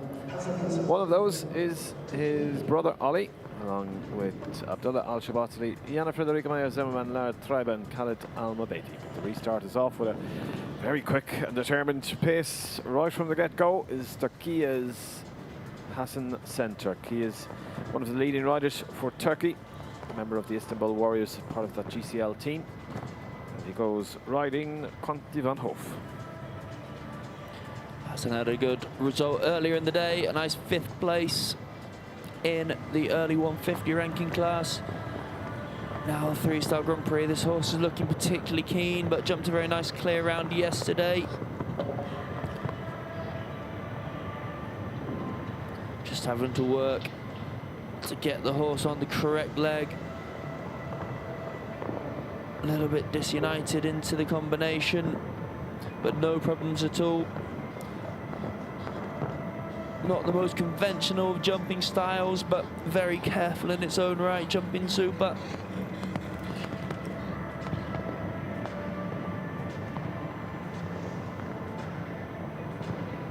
How is he looking for time? So far, so good. One from home. Tight. It's so tight that it is 0.08 of a second in under the time allowed, with all the poles still standing. That secures Hassan Samturk into the jump off. 20 van Hof Tokia. A very good result there for Hassan. As it a little bit unconventional the way the horse goes, but super talented. Wants to clear the jumps and timed to perfection, as they say. I'm sure I'd have liked it a little bit easier, but still gets the result no matter what. Well, he's really pleased with that as he leaves the arena. And in fact, when they jump that final oxer, it is over by the pocket, but right ahead of them is the big screen in the arena, and right up on that is the time. And when Hassan looked at it, you could just see the relief that he was clear and how close he was to picking up a time penalty. So Ali Waziri as the second to go, having to follow that opening round by Hassan Samturk after the break. He goes with this stallion. It's My Lord Conrad, Egypt. The 11-year-old stallion starting off all good.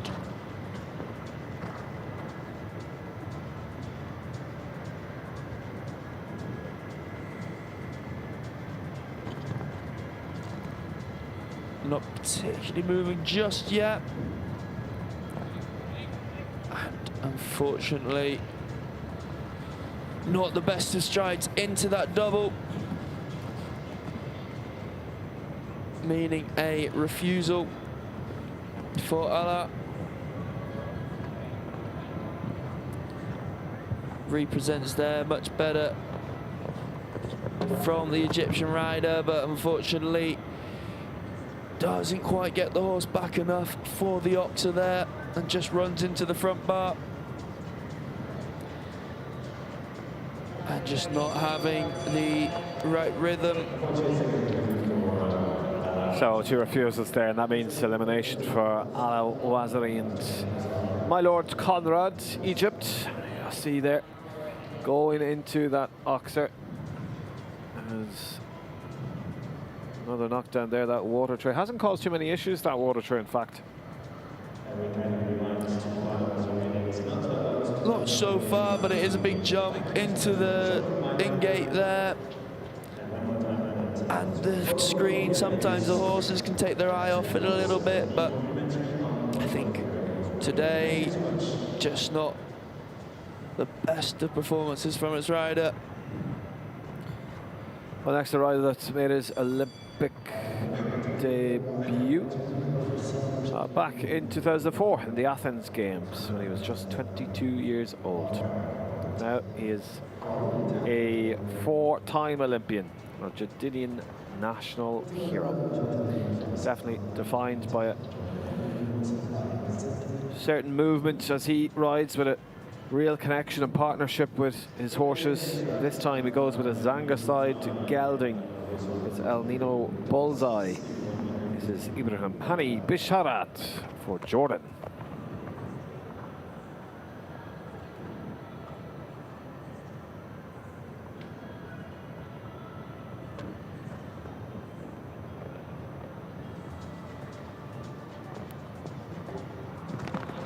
And another one just have an early fence down.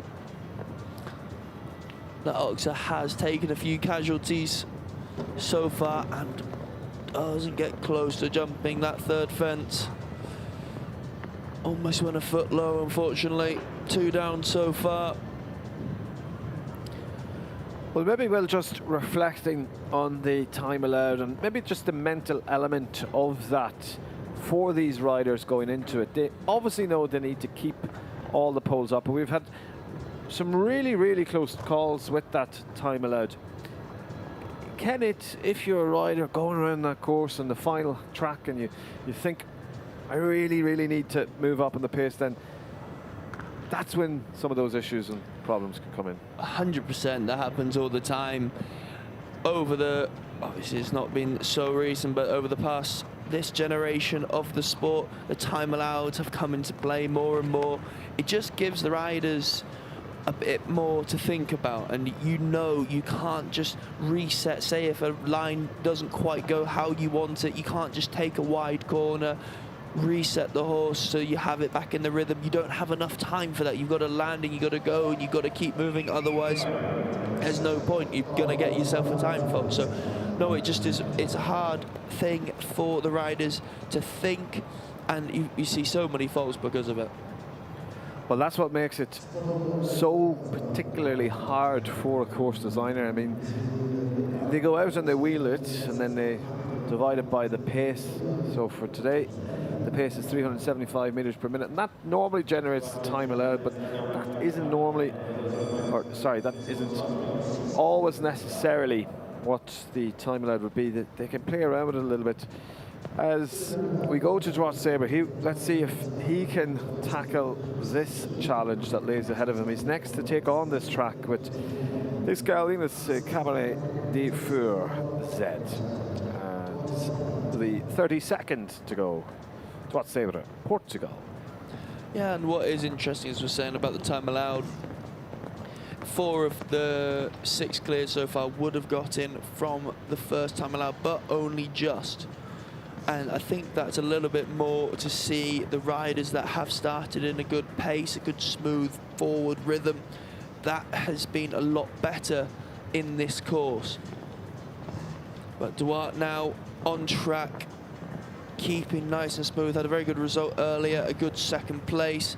He's been on form, a 3rd place the first day in the 150 class. Always a very smooth competitor is Duarte.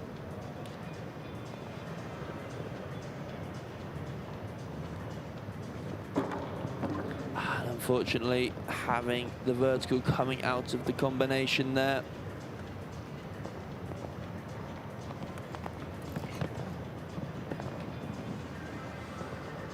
This Cicero 10-year-old still has jumped a very nice round so far. A shame to see that vertical coming down and at its only fault. So that is just the 4 faults then, ever so slightly. Again, when we talked so much about the time allowed, Droit Sabre in 78.27 with 3/4 of a second approximately in under the time allowed. Blink, and some of these riders will exceed it. So to the next. If anyone can give us another clear, it is this man. The Italians are very much on form, especially these Cabinieri riders of Roberto Privitali, and he goes with Kashmir van Oude Pastry, this gelding by Tunde van der Schuttove. He is already a podium finisher over the last 4 weeks. Goes for Italy.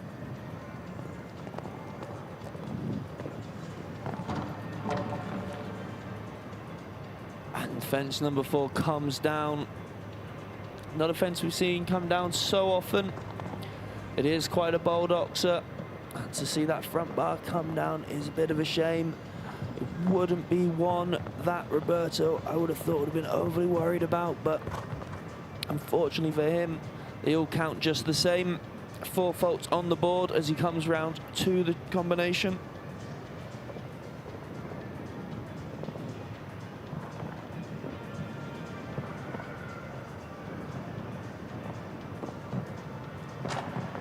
And just making a little bit hard work of the oxer. Chipping that back bar. As we've said on many occasions, that is a hard fence to jump, as is the second last. I'd say they'd be the 2 fences we've seen come down the most. Yeah, it's also over the time allowed. It's 16 in total, so 12 for jumping and 4 for time. It's 82.76. Roberto Privitali for Italy. Casimir van de Ure Pastri. But he'll be one to watch later on in the 5-star jumping. Not forgetting that also later on in this 3-star we will have his colleague and fellow countryman for Italy, Emanuele Guadiano, as we continue to Brazil's Marlon Mondolo Zonotelli Torrete. This mare has plenty of experience, and so does the Brazilian rider, as he is ready to get off and underway. He's already had a good day here with a podium finish, 3rd in fact this morning in the 3-star, 1.40 m. As we know, this horse has a lot of experience, jumped a lot of great classes with Yana Vargas. Marlon now taking the reins, but still under the banner of Ashford Farm.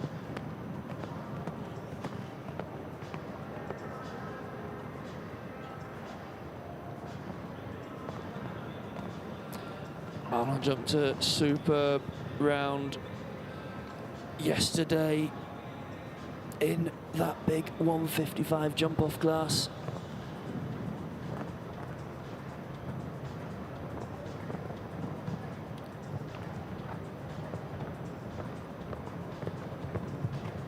He did finish 3rd, and that was a brilliant class to watch,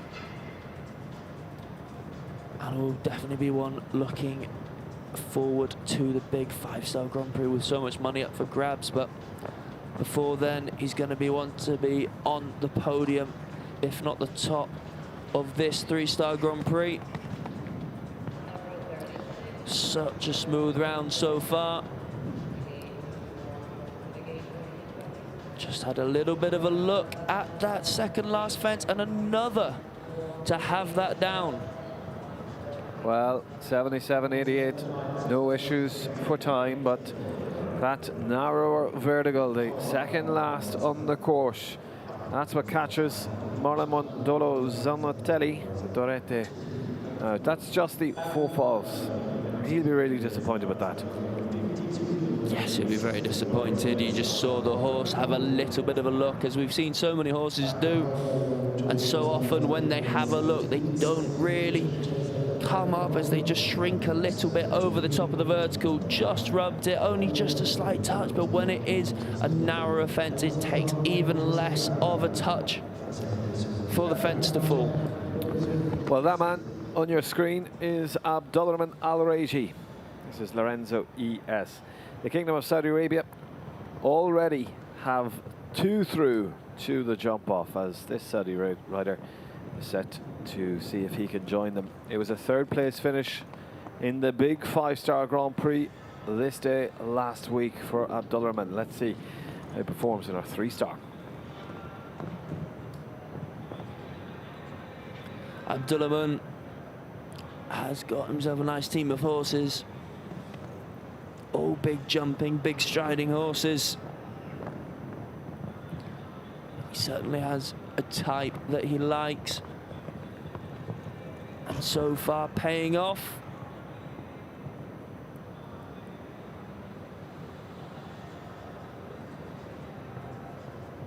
Really sets the horse up for this combination. Rides that very well. No problems over that tricky oxer.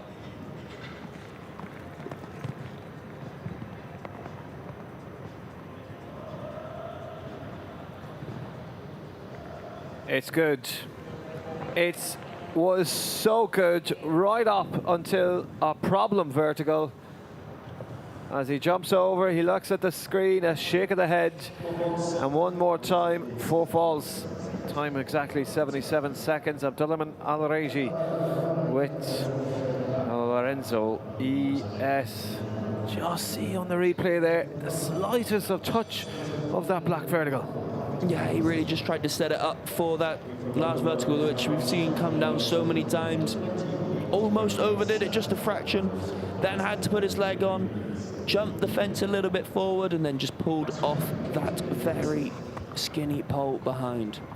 Well, last night this rider placed joint third in the 6-bar challenge.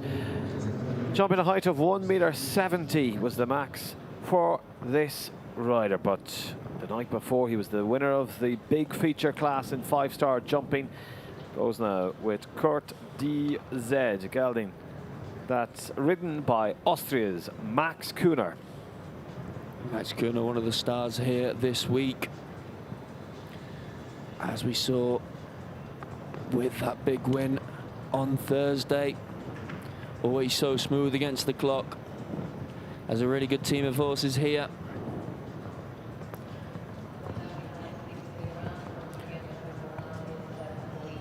And this horse, just a 9-year-old by Kentucky. He gets a little rub into that combination and out, but gets away with it. But another one to have that oxer down. Just was a little bit forward coming out of the combination. Max couldn't quite keep it together. Just rushed through a little bit, and another one to have a little bit of a look at that second last fence.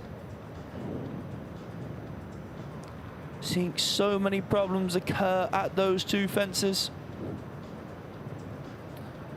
Over the final, it's 5 seconds over the time allowed, so we had a 6 for time and 8 for jumping, a total of 14 for Max Kuhner. Kurt DZ with 84.10. Well, there'll be plenty of discussion in the warm-up, plenty of the riders giving their feedback to the next about that penultimate fence.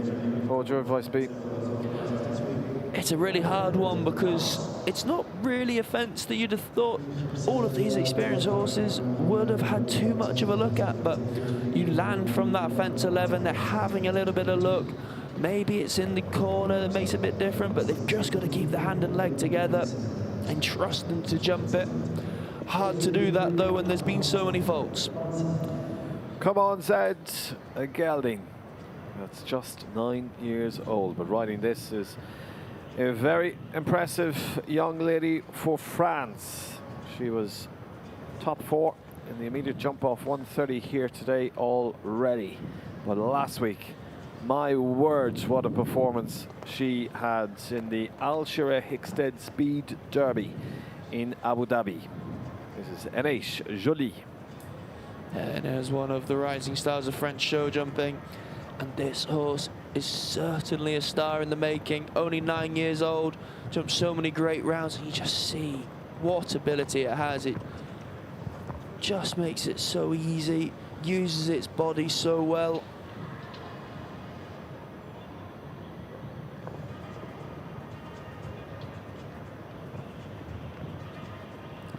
There's not many horses that can jump through a combination like that.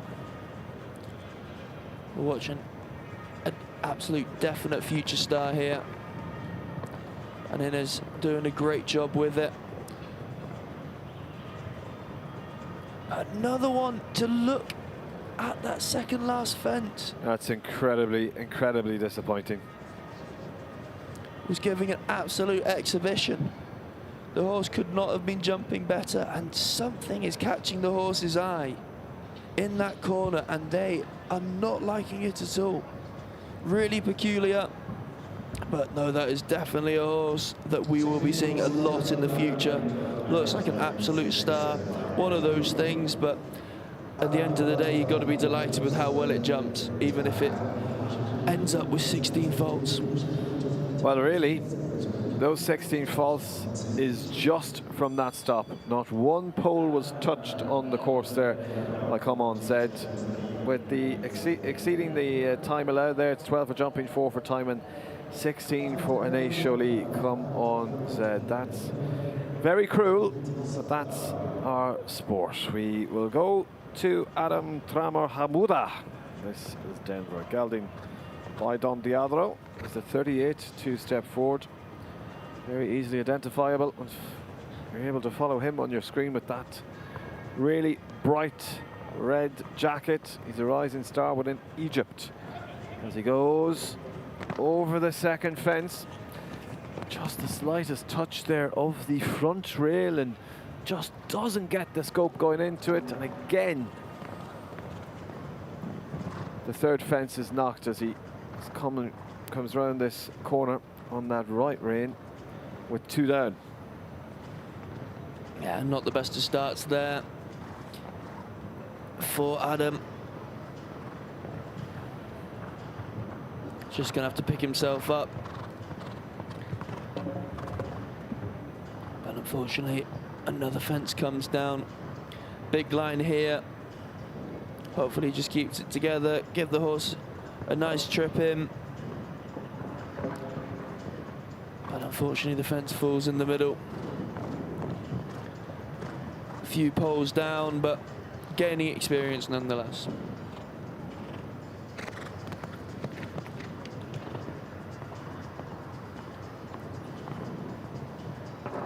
Well, that plank goes as he comes into the final stages. Now we're already up to 24 falls. And we're into time, so 83.03 is 24 for jumping, 5 for time, a total of 29 for Adam Tamar Hamouda and Denver, Egypt. Well, we have the likes of Philip of Highsouth, Khaled Abdulaziz Alaid, Emanuele Guadiano, Nadia Peter Steiner to finish us off, Harry Charles, just to name a few of some of the riders that remain within the last 16. But we're going out to South Africa, riding Quebec. This gelding by Como Fo. It's a 10-year-old, is a man on form. South Africa's Matthew Morrison.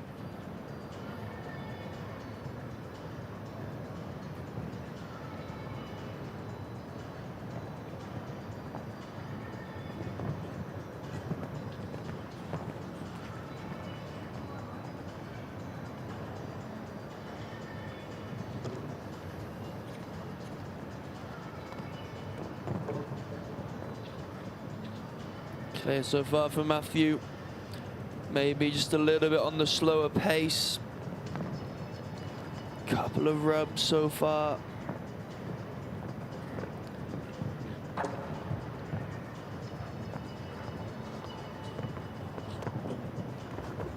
Gonna have to really move to get inside this time allowed now. Horse is jumping well. Can he give it the time through this combination? Jumps it really well. And gets away with it. Not the way you'd have liked to have approached that fence, but does manage to get away clear. He's going to be really struggling for time. This is too tight. It's not going to be able to do it. As the time allowed is now exceeded, we're into 2 time penalties. He turns his head to the left to look at the big screen. 2 time penalties for South Africa's Matthew Morrison. He doesn't seem overly disappointed with that. Maybe he was happy enough to go at that steady pace. Yeah, it jumped very, very well. The horse only 10, Como Fo horse, jumped really well. If it was me, I'd be a little bit disappointed that you could have easily picked up those couple of seconds earlier in the course, which hasn't been so tricky. I think it was a little bit avoidable, but nonetheless, the horse has jumped a very good round.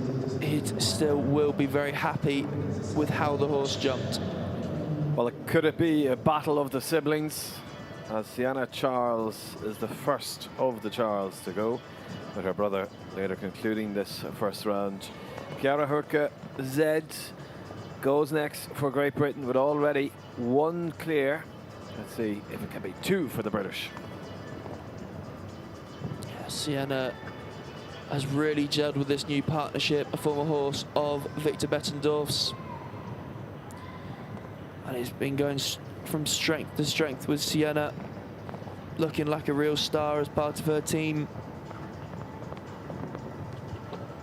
Had to move up a bit there to get the 5 to the water tray. A fraction of a touch, but looking in a nice forward rhythm. Giving the horse a bit of time round to the combination. She rides that really well. Everything going well so far for Sienna. Giving it a lovely ride.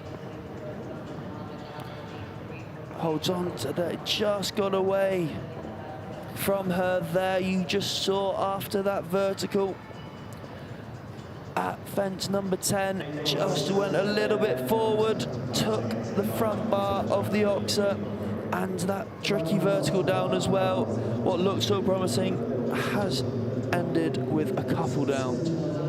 Just on the replay there, the plank, and then let's follow up with the problem black vertical. It's the second last on the course. It's so disappointing when they clear right up until that final last 2 or 3 fences.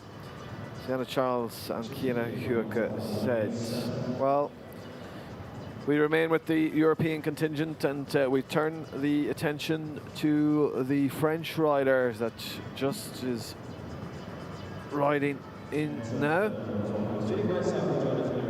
But in fact, we will move on to 42 on the start list, as that looks like Philip Weishaupt. And it is. This is Kaleo L, got in by Congress. As Philip had a great week here so far. As word comes through from the pocket that Jean-Francois Rondeau will not be competing here this afternoon. He was third. Philip was third in the 5-star special 2 phase earlier on, and yesterday he won the 1-round speed in the 5-star 1m45. Goes this time with Kaleo L for the Deutschland, Germany. Yeah, that was an excellent round to win the speed class yesterday by Philip. He's an exceptional rider in his own right.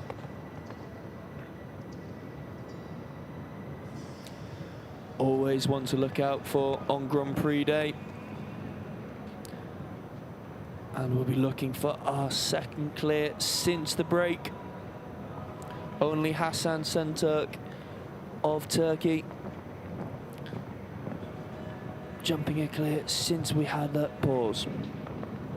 But Philip making very light work of the round so far in that lovely forward rhythm. Little bit far off into this combination, but no problems at all for Kalau. Jumps that oxer at fence 9 really well. Time doesn't seem to be a problem. Just needs to keep it together. Can he jump that bogey fence at fence 12? Another one that's had a real bad look, but gets away with it. It's unbelievable how many horses are looking at that. It's clear. It's over the finish line in a great time. 74.34 is completely academic, because the main thing is it's clear for Philip Weishaupt and Kaleo L. Well, you asked if this would be the second one after the break to join Hasan Şentürk to give us a clear round. It is. That's another lucky escape, but clear. Yeah, really good. Everything else was so good. And a really fast time there for Philip. That'll definitely be one to look out for in the jump off. But it is just so peculiar seeing how many horses that are taking a dislike to that fence 12. Philip managed to expertly guide his horse over that, but just has caused so many problems. Well, off we go now to Egypt, and one of the rising Egyptian talents. This is Ahmed Ala Ragab, as he continues to grow from strength to strength. He's now the leading Egyptian international rider. He goes with Happy Boy, a gelding that's by numero uno.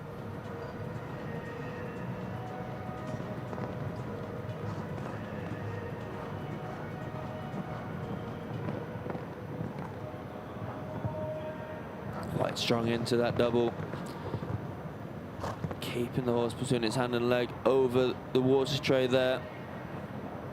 Keeping a very forward momentum around to this combination, quite fast in. Had to really squeeze in the middle, but still clear. Can he get it back for the Oxford? No problem at all. Now the tricky last line, he looks a little bit tight for time, but he is keeping the forward movement going.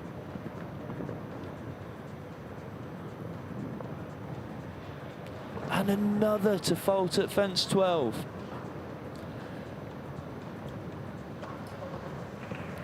Well over the time allowed, so that late 4 falter for the jumping and 2 for time, a total of 6, 80.44.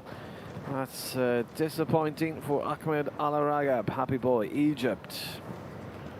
That is a real shame, and that fence just causing so many problems time after time.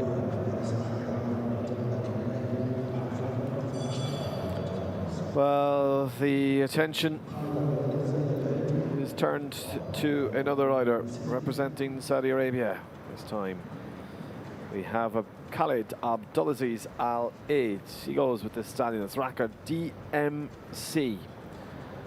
Qatar, Egypt, Denmark, Italy, Sweden, Switzerland, and Great Britain. Those are the remaining nationalities represented here. We're entering into the final stages here in the Longines Arena at Alshaqab.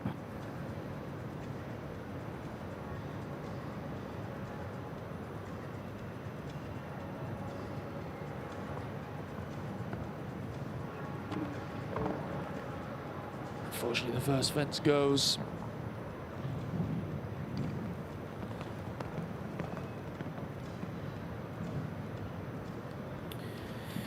Well, having a look at the jump off, who would you have your money on, other than your brother, or is it going to be, in fact, on Ollie? I would love to see Oz there, give it a real good go. It's been funny looking at the clears. There's been a few rounds where the riders have done well to jump clear. Philip's horse does look very fast, I would say. And Abdullah Al-Shabatli is always a really hard one to beat in a jump off. He's won so many classes here already. And he, as we know, he does not like finishing second. Would have won the class this morning from last to go, but just had a late fence, so he will be wanting to put that right and try and claim a win in this 3-star Grand Prix. Well, that's all to come. Do stick around here as we continue the coverage of His Highness the Father Amir's Prix. This is our 3-star Grand Prix, but Khalid Abdulaziz Al Eid has decided to call the day Raqqa DMC and retire. The last of 3 Qatari riders. The home crowd here would love to see one of their own through to the jump off. Salman Mohammed Al-Amari goes with Watman Strupper. Gelding by Dominator 2000Z as he just requests the arena crew to check a fence, and in fact I think it is fence number 12, the black fence that the rider has asked to double check.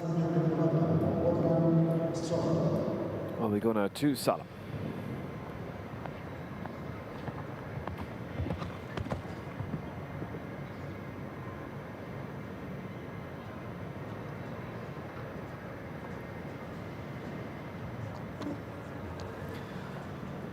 A little bit of a rub at that first fence. This looks like a very big jumping horse.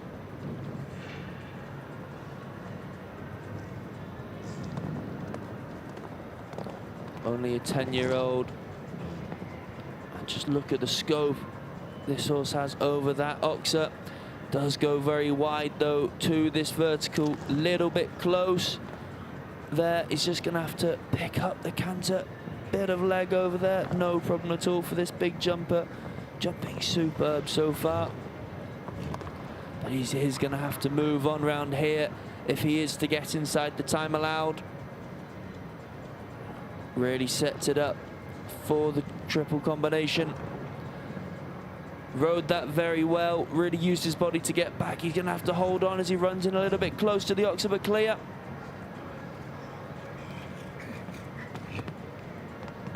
His horse has jumped a super round, but it does fear that the time is creeping up, but that doesn't matter now with the oxer coming down. The back bar there, just catching him out. Over the line and 4 false. Unfortunate. That would have been a good one for the home crowd, for the home nation. Salad Mohammed Al Emadi, Watnan Strooper, picking up the 4 false, as you just see in that replay. The back reel of the oxer has a disappointing round. A real shame there. It jumped to superb ground there, looking like an absolute star jump. Fantastic, really. A horse looks like it has so much scope, so much ability. Definitely one we will be seeing in some very big classes indeed. We'll continue now to Egypt and Sif Alden Emas Abbas, Lexus van der Laren Z, gelding. He's 11 years old. As we have the 9 remaining here. We have 2 for the Kingdom of Saudi Arabia, 1 for France, 1 for Germany, 1 for Great Britain, 2 for Germany, 1 for Great Britain, and 1 for Turkey. At the moment, 7 proceeding through as we get underway with the Egyptians round.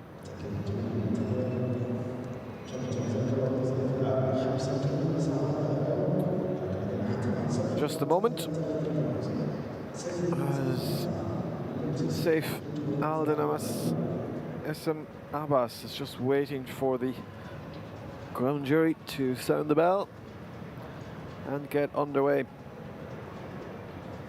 There's a certain golden glow here in the sky as the course design team there are trying to fix a flag that has been displaced and possibly the previous flag has broken in that, and they just can't get the new one into the position. The flags are a very technical point that the rider must jump between the flags, not only the fence. So the ground jury will need to make sure that that is back into the position, as the arena crew have been so diligently working here. Very quick turnaround times, and maybe just to mention how fast Alshaqab is.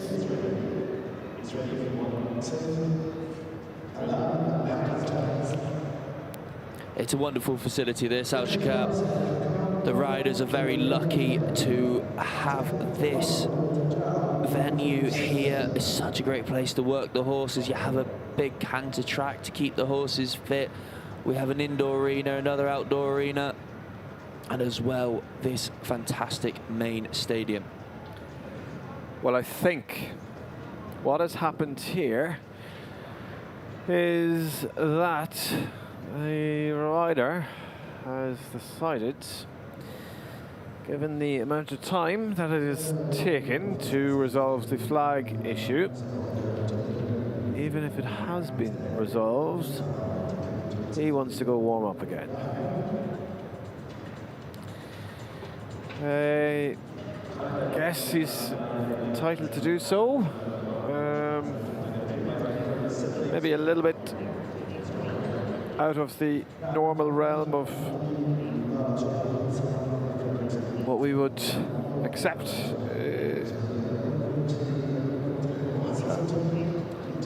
We'll see if they can try and find something more than a bit of tape to fix the flag in the meantime, while he takes his time to come and warm up again. I'm sure the riders in the warm-up will not be overly pleased with his decision about that. Just things like that just throw off the tempo of their warm-ups, but he is within his right after a little bit of a break to be able to go and jump another fence. Well, I guess just after seeing how tight these turnarounds are here in Alshaqab, we're looking at an hour turnaround between the conclusion of this competition and the start of the 5-star Grand Prix. That is pretty tight and an incredible job that the team do here, but this certainly won't help things. No, not particularly, but there is a great team here. Peter Schumacher and his team. There's so many people here to help get that course all ready to go for the main event today, which I'm sure we'll all be looking forward to watching.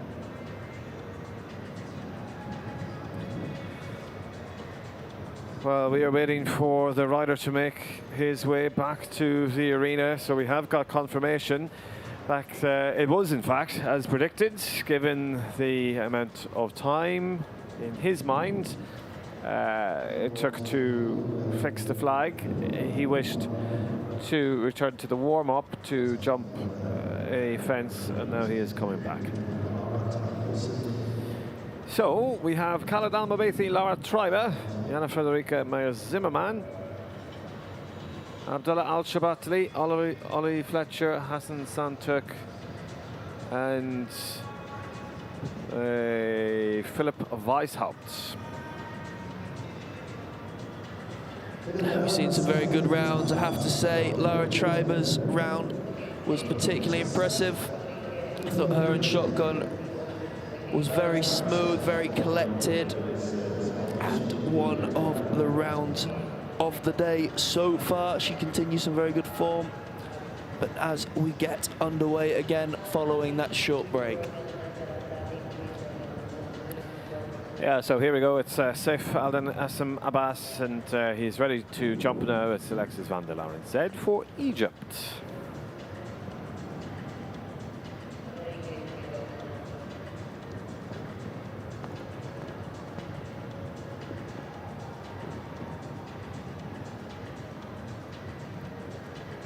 Clear so far, a little bit wide round to this vertical.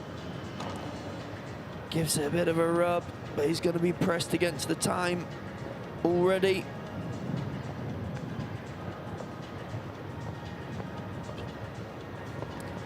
That is continuing to be clear. He is going to have to move up somewhere to get inside this time allowed.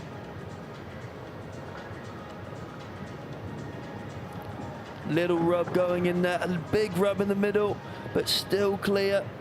The time is really an issue though.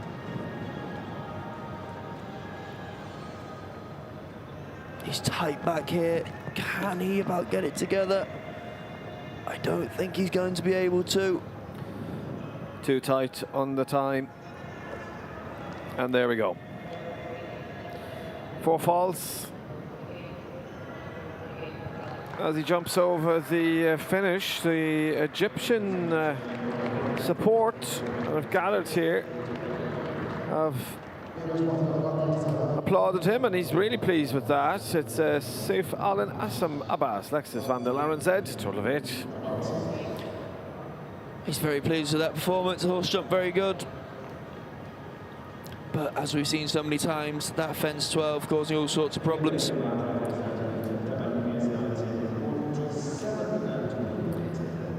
Now the 7 just remain after the Danish rider, Rika Belinda Barker and Talbot PS, the stallion, by Talbot Z. The rider placed 9th in the 140 in a part of our 3-star jumping here today. So Rika clears fence number 2 for Denmark. And this horse is very experienced and a bit of a star in its own right. Is a very good jumper now, 14 years old.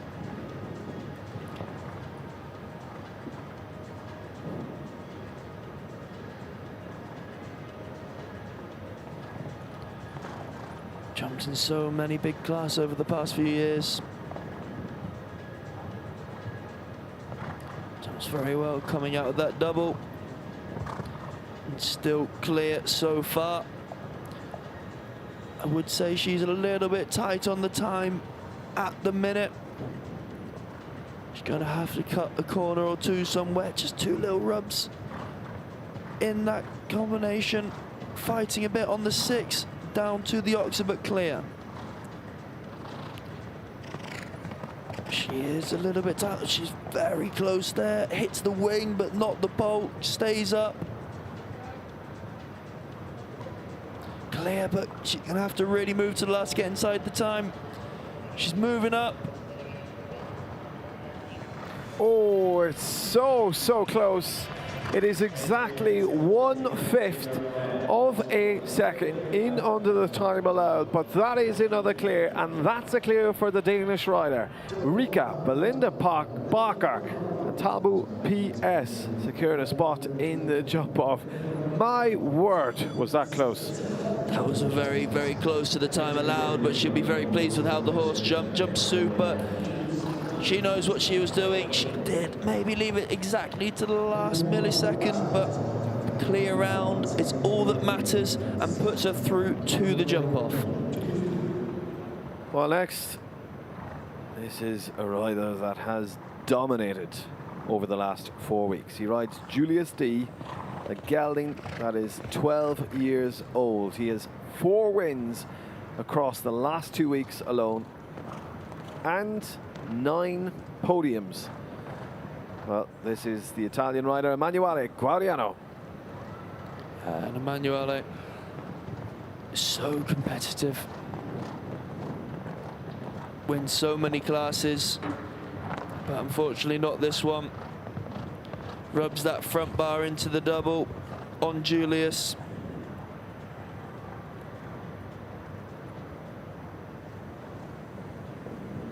A little bit forward into the combination, but all clear.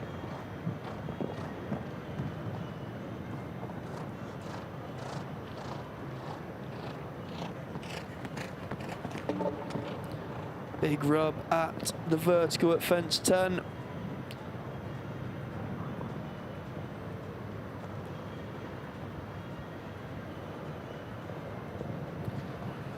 Over the final with that unfortunate 4 falls for Emanuele Guadiano and Julius D. That was a shame for Guadiano.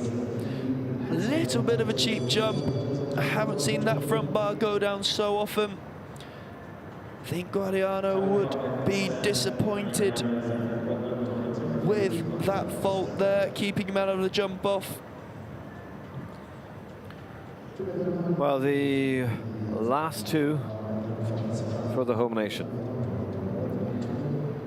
The first of those 2, Khaled Mohammed Al Amadi. This is Watnan Tor, the gelding. He is set to try and secure a Qatari rider in our 3-star Grand Prix jump off.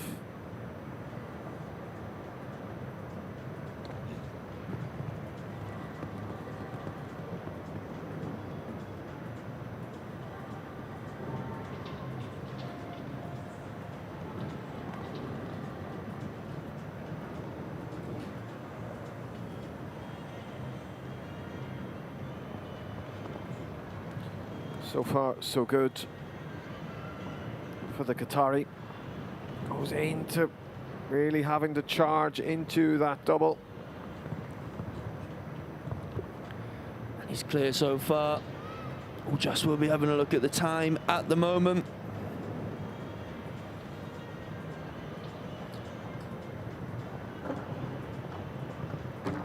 Oh, and just runs out at a little bit of room in the combination. So you see in that combination the horse and rider have to work really hard to get it back together, and unfortunately for Khaled, just ran out of a little bit of room. Looks like he might be okay on the clock, but just that fence down. Yeah, just about okay on the time there for Khaled Mohammed Al Amadi. Watnan Thor picks up the 4 falls. So the last of the hopes here of the home crowd for the Qatar riders is Ghanem Nasser Al Ghaidi. This is Cheddington Blue, this stallion now owned by Alshaqab. Cheddington Blue is was a British ridden horse. Yeah, this horse formerly owned by Cheddington, a supporter of Chris Burton, and also Jason Foley. This horse 11 years of age now, under the guidance of Ghanem. But Cheddington, they do have a very good setup down in the south of England. Lovely facilities there, but Ghanem doing a very good job so far in this 3-star Grand Prix. Clear at the minute.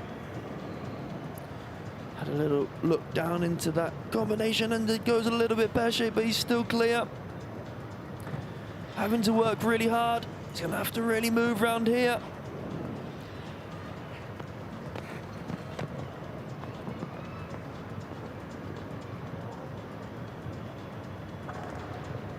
Oh, and it just tripped a little bit, but fine so far. He's going to have to keep moving up, get inside the time.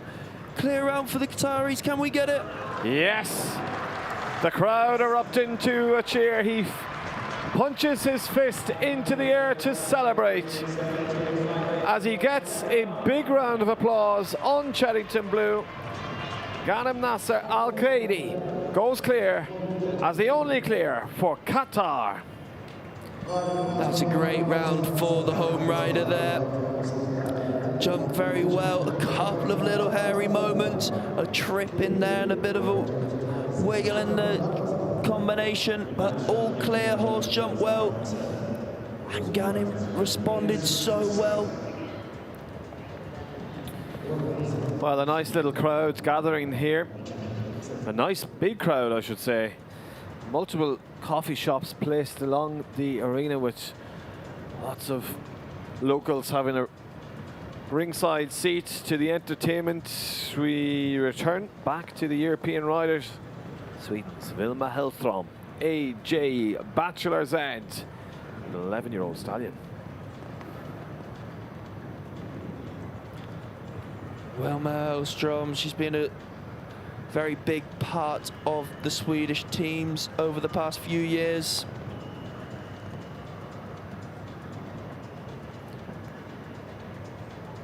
A lovely grey CC has provided us so many great moments, but here now in the ring with this lovely dark bay stallion. She seems to be a little bit on a slower pace, but the horse is jumping extremely well.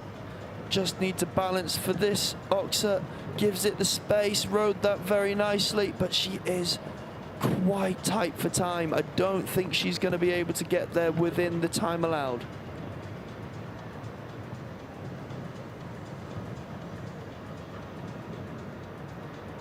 It's close, it's too close, you're right.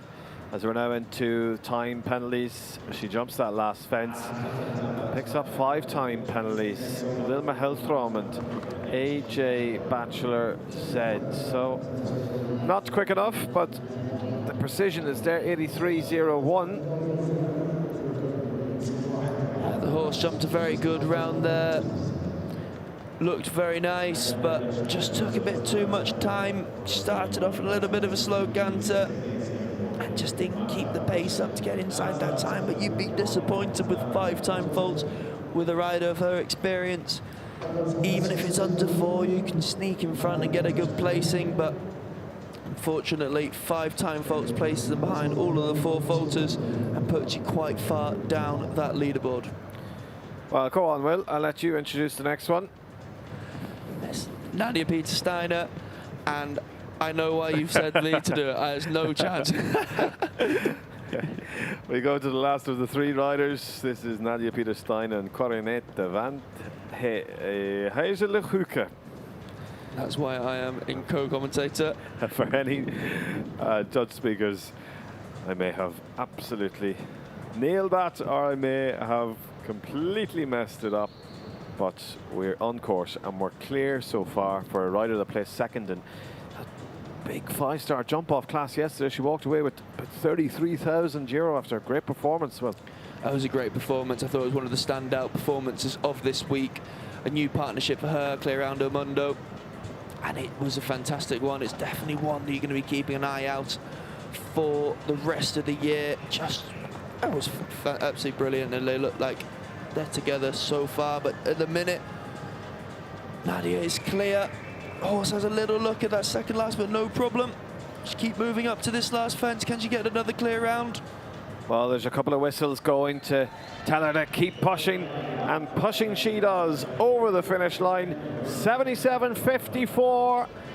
It's clear for Nadia Peter-Steiner, Corinette van Heijzelenhuke. Clear for Switzerland. Excellent round from Nadia. She's on some really good form. She also has a good chance in the 5-star Grand Prix coming up next, but still, obviously the jump off left to come. She's a very fast rider, definitely gonna be one of the ones in leading contention in the jump off. Well, there was a little bit of nervousness I could sense next door in the ground jury box with the course designer and officials right at the start. Was the time allowed too tight? Did they have, or were there going to be too few clear rounds? Well, with 10 at the moment, I think they have absolutely nailed it. The course design team being led by Peter Schumacher. As we go to the partnership that finished, or a rider that finished fourth in the accumulator last Saturday. It's Haya Osama El Bori and Magnus GS.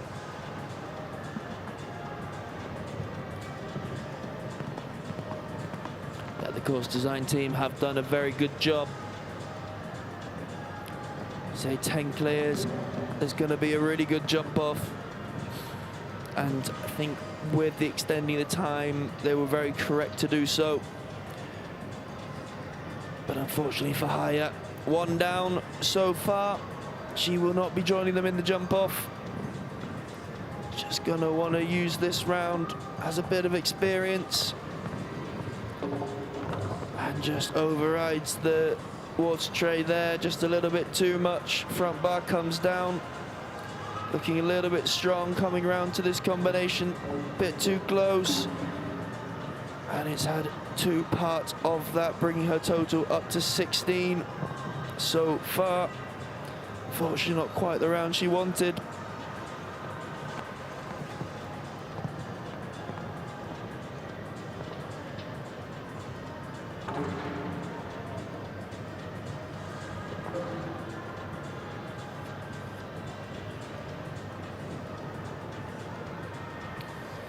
Yeah, she raised her hand there, as you can see. That indicates the Egyptian lady Haya Osama Al Bori has decided to retire. Not going to plan there with Magnus. So we're down to the last one. This man's very capable of doing it, and the British already have one through with Ollie Fletcher. The young man that's here competing with his wife goes with Ballypatrick Tiberius. Great breeder in this one. Back to 160 jumpers, both the sire and dam line. As he goes with Ballypatrick Tiberius, his 10-year-old stallion. Riding this is Olympian for Great Britain, Harry Charles. And this new partnership for Harry, a very talented horse that has been produced in England. It's great to see this horse with an absolutely top rider to continue its development. It's a bit of a freaky jumper, usually very careful, has so much jump, but a little bit on the hot side. maybe not always the easiest ride, but the talent is so apparent. And it couldn't be with someone better to guide it through its production up to the top level of the sport. Harry obviously had a win already today. He rode a superb round in the 5-star 150. Puts his leg on in the middle, and you see how quick Patrick Tiberius was in that combination just to shorten up. Just getting a little bit hot now. Can he just keep it calm? And just so careful. Time seems to be no problem as he comes to the last. It's clear. That's a wonderful way to finish off this first round. It gives us the 11th clear as Harry Charles will join us in a jump off coming up in just about 10 minutes time with Patrick Tiberius. That was an excellent round from Harry, continuing his great form. Patrick Tiberius jumping super. You can see this partnership is going to be a force to be reckoned with, and we know it is a very fast horse. Looking forward to that jump off. Well, just look at the backdrop. Look at the golden glow of the sky as the bright lights of Alshaqab are now turned on to shine down on this glorious Longines arena.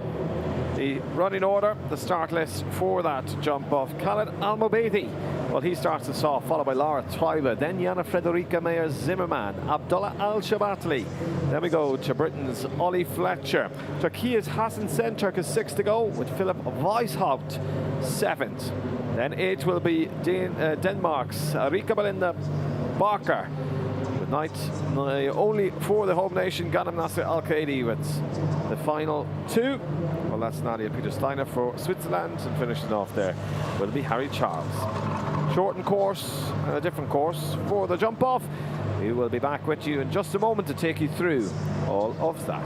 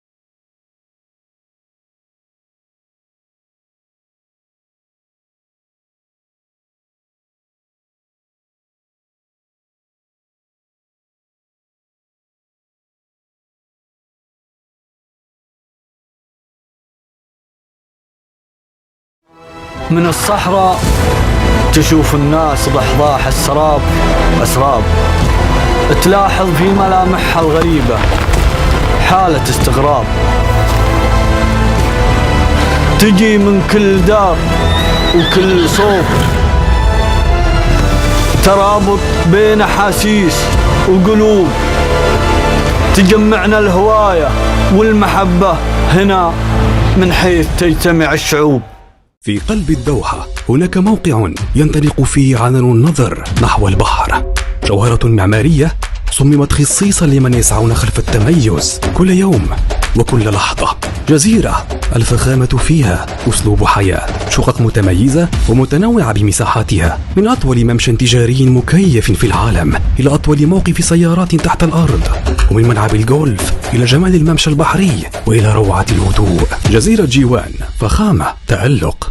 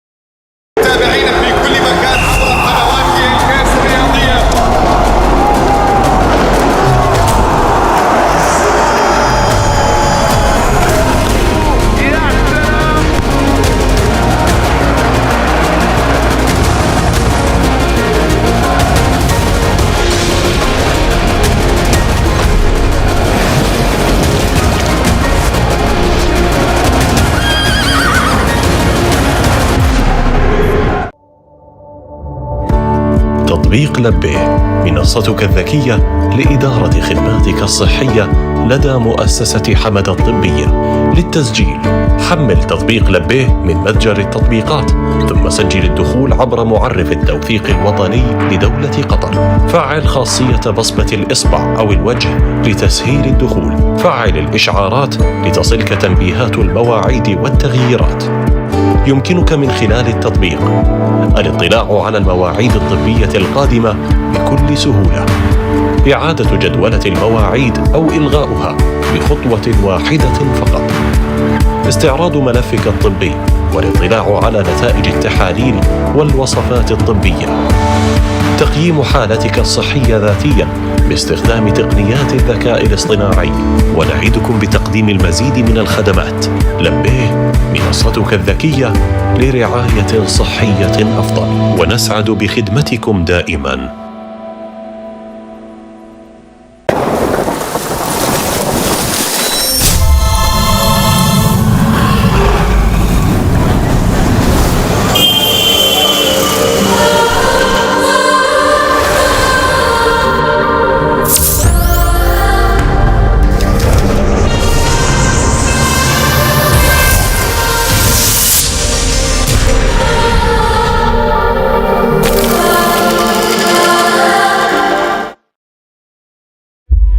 A book, a desk, a teacher.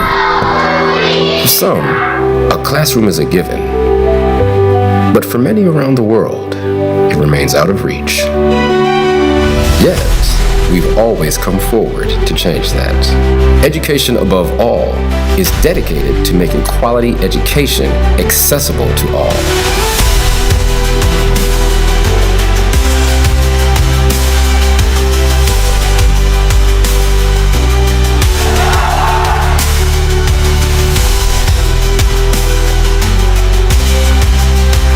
Because when a child learns, they don't just change their future. I want to be a pilot. I've dreamt of being a scientist. Doctor. I want to work where I can help people. They change the world around them.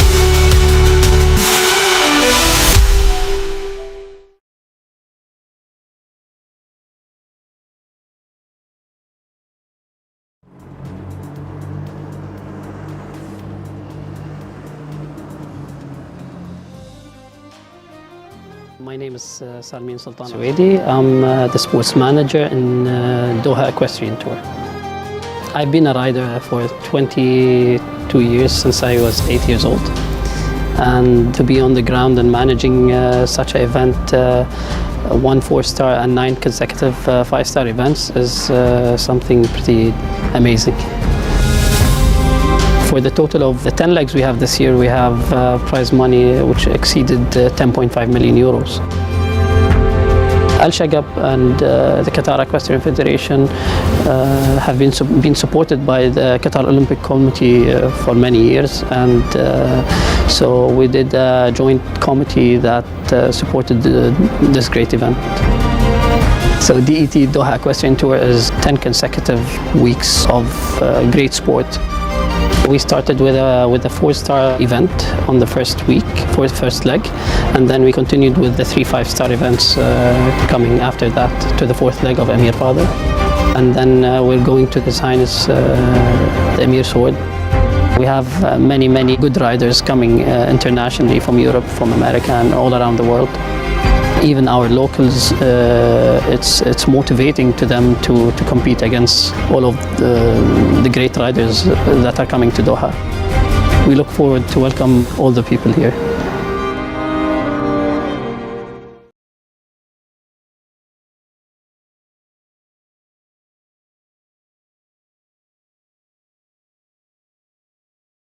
Well, the dust has settled on the first round and the challenge has been set. 55 started and 22 nations represented, but only 11 remain in this jump off.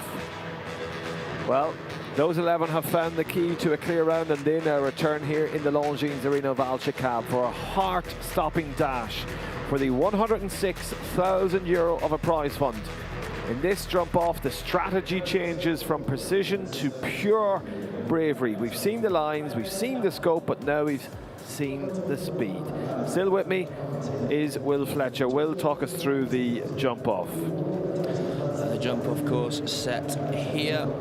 We start at fence 3 to 4. It was a 6 stride in the first round. I doubt we'll see a 5 stride, and then a tight turn back to fence 5. 6A, 6B, it's a bit of a run into that. How quick do they dare go into the double? Spin back very tight to 8C.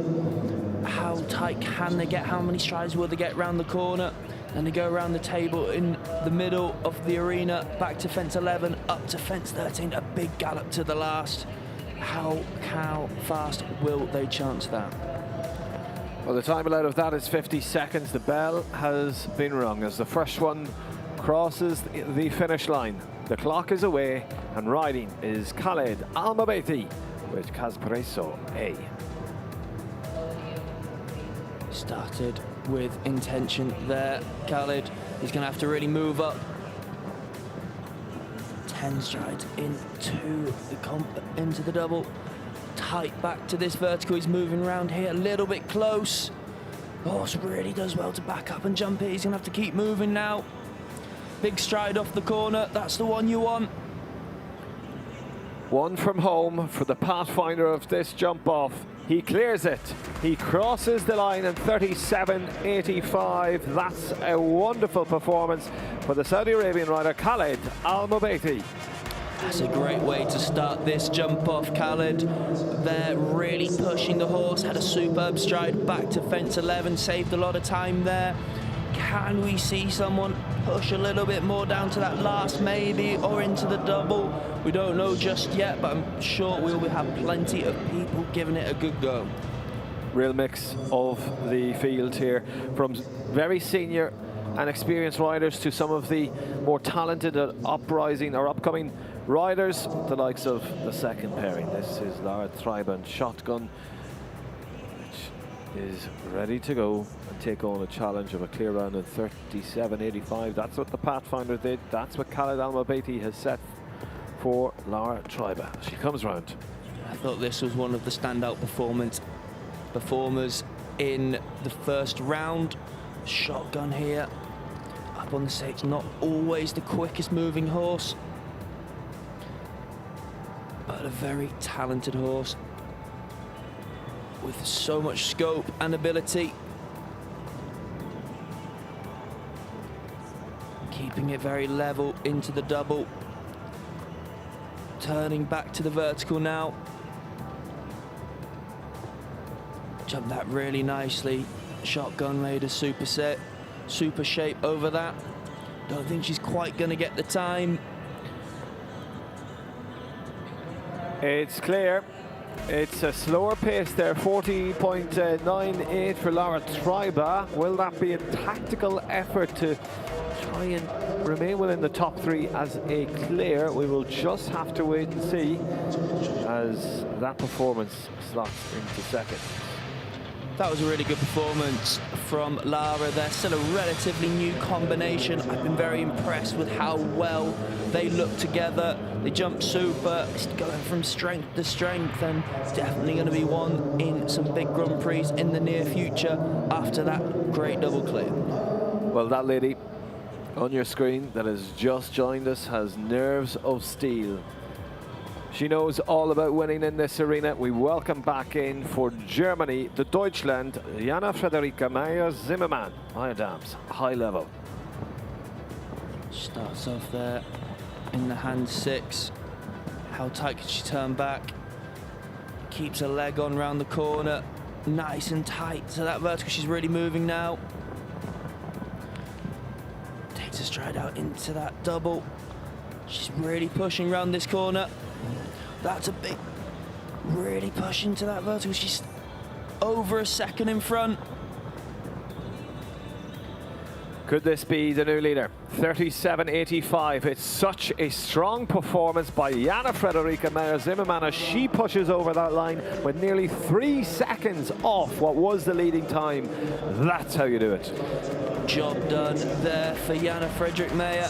That was a brilliant round. She really was working hard to take everything she could off of those turns.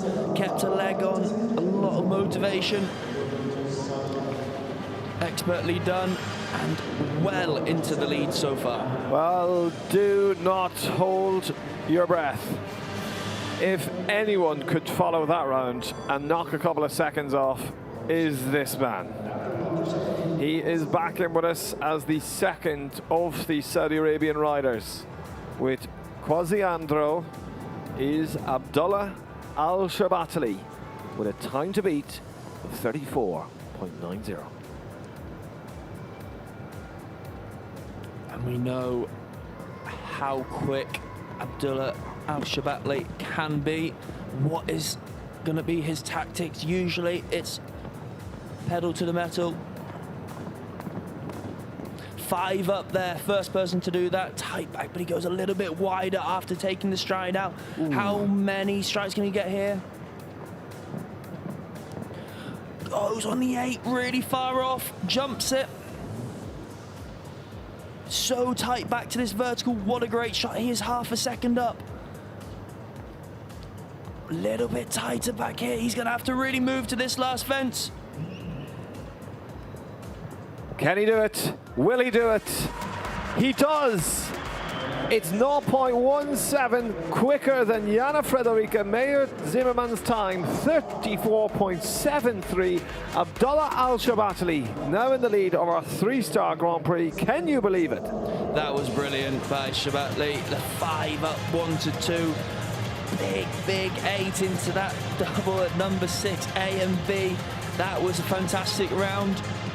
Going to be incredibly difficult to follow. Well, what would your advice be to your brother as he steps forward now? For Great Britain is Ollie Fletcher. It's going to be a really hard time for Ollie to catch here. Will he need to do the 5? Does everyone now, after following that performance, need to do the 5 from 3 to 4? I don't think you need to, and I don't think Ollie will. You think you're best going on the 6 and turning tight with this horse. Has a big stride, but not that big. That is incredibly to go 5 there and 8 into the double. We'll see how quick Ollie can go. A little rub there, tight back, keep moving. Keeping a little bit, keeping it balanced. Come on, Ols. A little bit far off, but jumps it really well. He's Gonna have to do something special here to catch Abdullah, but still a very good round. Keep going. Just a little bit tight in there. So tight. It will be good enough for a top 3, hopefully, as he goes to the last fence. It's clear. It's 37.30, 2 3/4 of a second slower than the leading time, but that's a strong enough performance by the young man representing Great Britain to go into 3rd place. That was a really good round there by Ollie, very pleased for him. Really, really good. Horse jump super, another double clear in this 3-star Grand Prix, back-to-back weeks. Have to be absolutely delighted with that one.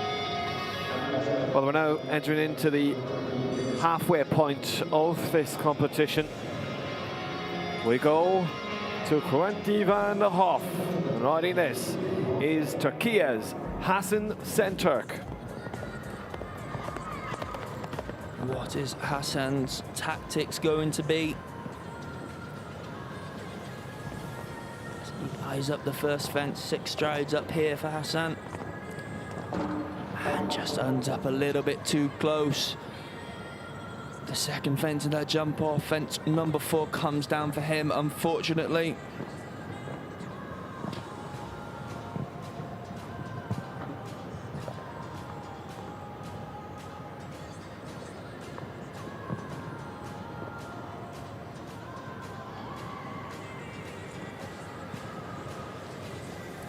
That was a shame, really, coming down to this last fence on the 4. Yeah, he really gave it his all there. It's a 38.80, a 6th place ranking at this halfway point for Turkey's Hassan Şentürk, riding 20 van Hof with just the 4 faults and 38.80.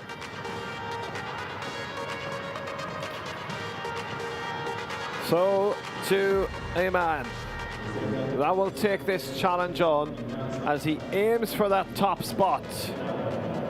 At the moment, Abdullah Alshaqab, 34.73. Second, Jana Frederica Zimmerman, 34.90.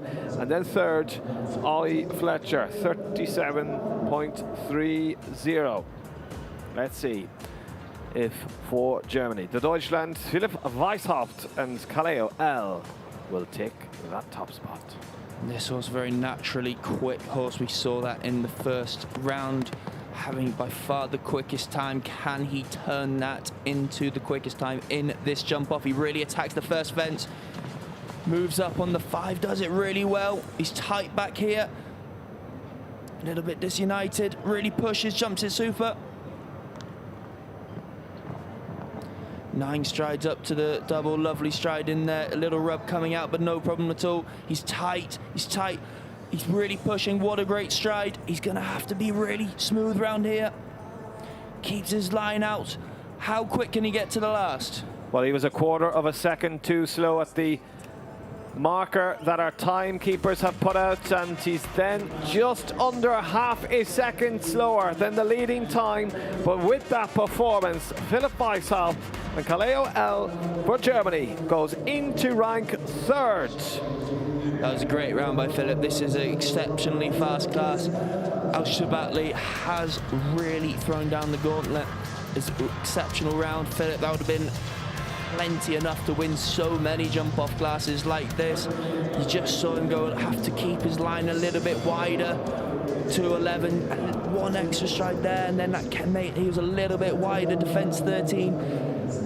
Could he have gone 1 less? I don't know. It's hard to say, and it was the margins are so fine, but a very good performance.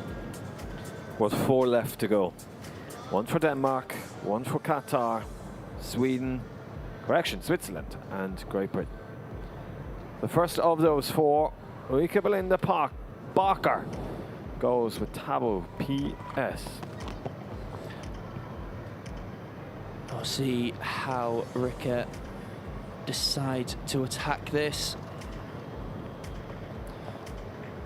Not a horse that particularly known for going super fast, and she's being safe at the minute.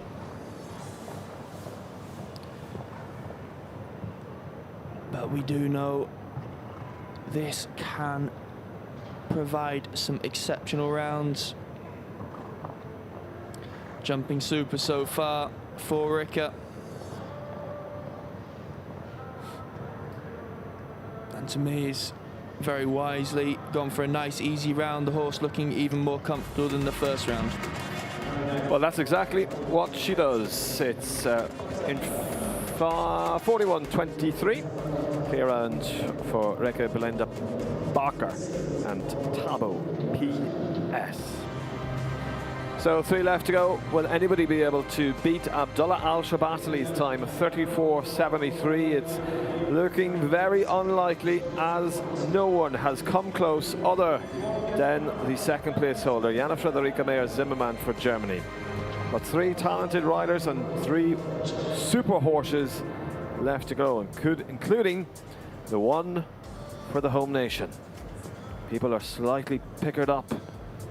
All eyes now focused on Ghanem Nasser Al Qaedi from Cheddington Blue, Qatar. It's a great one for the home nation to have in the jump off, but the 6 up there puts him a little bit down on the clock. Turns tight to the vertical, but just not quite at the speed of Al-Shabatli. Jumping really well though.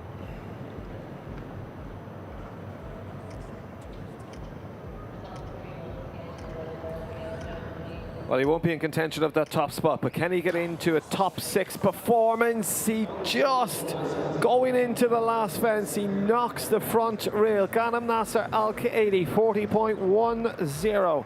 4 falls, Qatar. A real shame there for Ghanem, a great round before that. Just tried to go 1 less to the last and decided against it at the last minute. Ended up a bit too close. Front bar came down. That is a shame. A double clear he would have been delighted with, but a clear round anyway is still a very good achievement. And to be placed in the 3-star Grand Prix, he'll have to be very happy. Well, absolutely. As we go to the second last to go. Nadia Peter-Steiner, Clarinette Van Het, Hazel and Huke. This is for Switzerland. And this 10-year-old, I mean, how is she going to attack this? Is she going to push up on the 5? No, 6 there. Means she can turn tight. Not quite as tight as the leading riders. But the horse jumping very well. And another exceptional horse for Nadia to add to her string. Just taking it a little bit safe, but the horse jumping extraordinarily well. To the last, quick pace with the time 36.85 for the Swiss rider Nadia Peter-Steiner, into rank 4th at this point.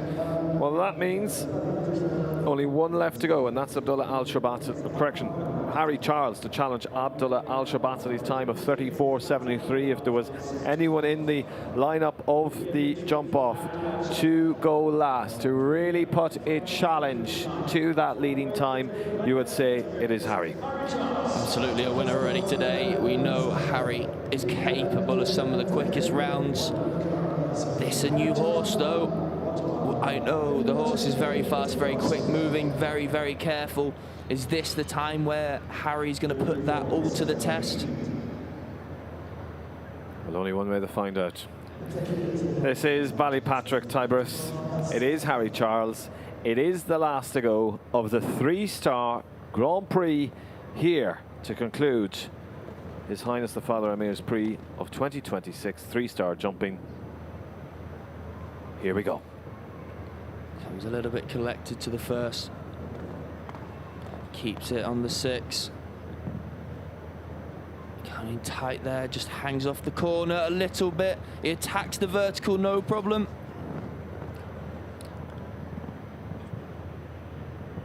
This horse just so careful, so athletic, but he is down on the clock.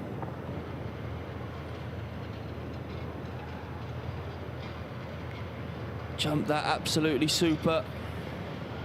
Will this be a challenge to the leading time? He jumps the last fence, but 36.68, just under 2 seconds slower than Abdullah's time, means Harry Charles is fourth in the 3-star Grand Prix here this afternoon. What a wonderful jump off. What a fantastic way to end the 3-star jumping here. Oh, my word, Abdullah Al-Shabatali, he's done it again. That was nearly impossible to beat. Absolutely, he took all the risk. We know when Al-Shabatali does do that, and it pays off. He is nearly unbeatable when that happens. So many strides out, so tight everywhere, very brave into the double. A great performance for Al-Shabatali to take the win there. Well, this is only a prelude. We are only getting warmed up. There is so much more to come here in the Longines Arena at Alshaqab, as we will bring the jumping to an end with the 5-star Grand Prix. Well, that's coming up here at 6:15 Doha time. But for now, from myself, Killian Thornton, and Will Fletcher, we'll hand you over to the arena commentary team for the prize-giving ceremony of this 3-star Grand Prix.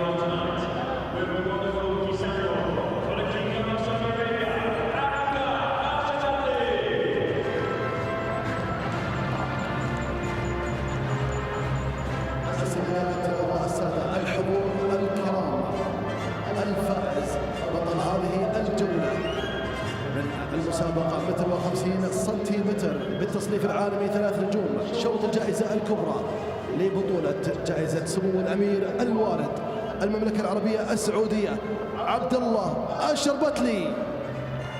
The top three will now dismount on their horses. Ready for the podium ceremony. The number 3 of this Grand Prix with KASS for Germany, für Deutschland, Philipp Weishaupt. ألف مبروك الآن لألمانيا، المركز الثالث يصعد لمنصة التتويج فيليب وايساوت.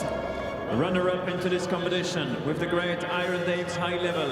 Zweiter Platz für Deutschland, Jan Frederik Meyer-Zimmermann. ألف مبروك الآن لألمانيا مرة أخرى، المركز الثاني الفارسة يانا فريدريك ماير زيمرمان. And finally, double clear 34.73 with Kisandro for the Kingdom of Saudi Arabia, Abdullah Alshaqab.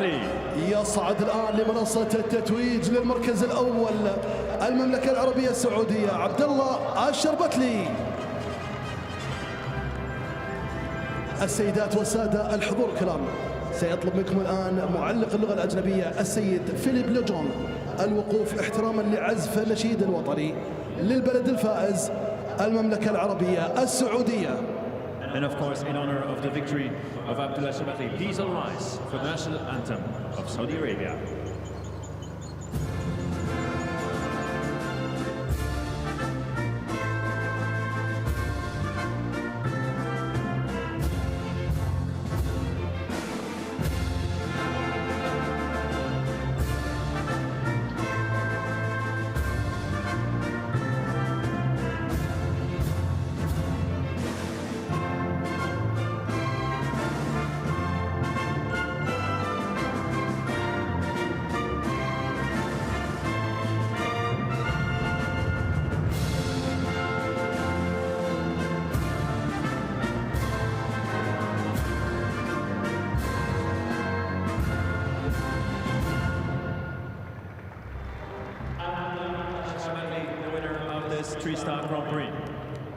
يتقدم الآن السادة الحضور الكرام رئيس الاتحاد القطري للفروسية السيد بدر محمد الدرويش لتتويج البطل عبد الله الشربتلي.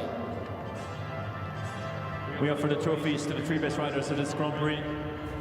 In gold for Abdullah Al-Shabatli, in silver for Jan Frederik Meyer-Zimmermann, and in bronze for Philipp Weishaupt.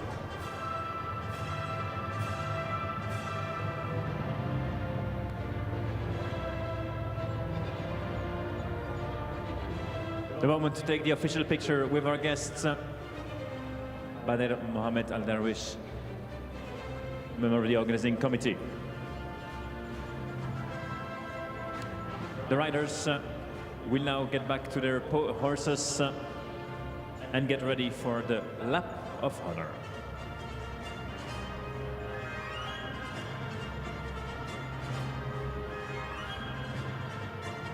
جمهورنا الكريم، شوط جائزة كبرى وجائزة غالية علينا جميعا. الآن جولة النصر، جولة الشرف، تقديرا لكل المجهود من هؤلاء الأبطال. الآن لنشارك هؤلاء الأبطال الفرحة بالتصفيق والتحية.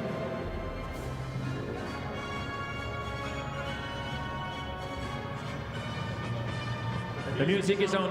Ladies and gentlemen, put your hands together for the lap of honor of our winner.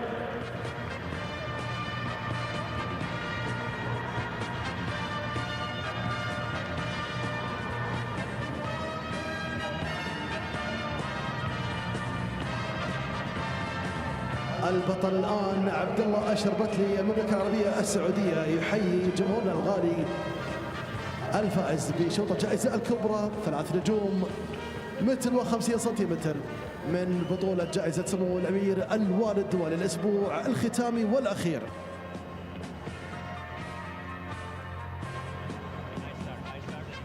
Ladies and gentlemen, up to you to welcome your winner. لنبدأ الآن حضورنا الكرام بالتصفيق للفائزين.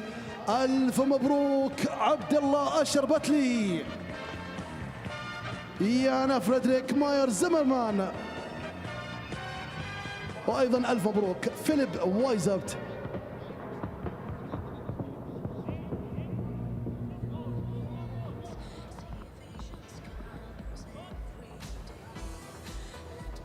قبل أن نبدأ الآن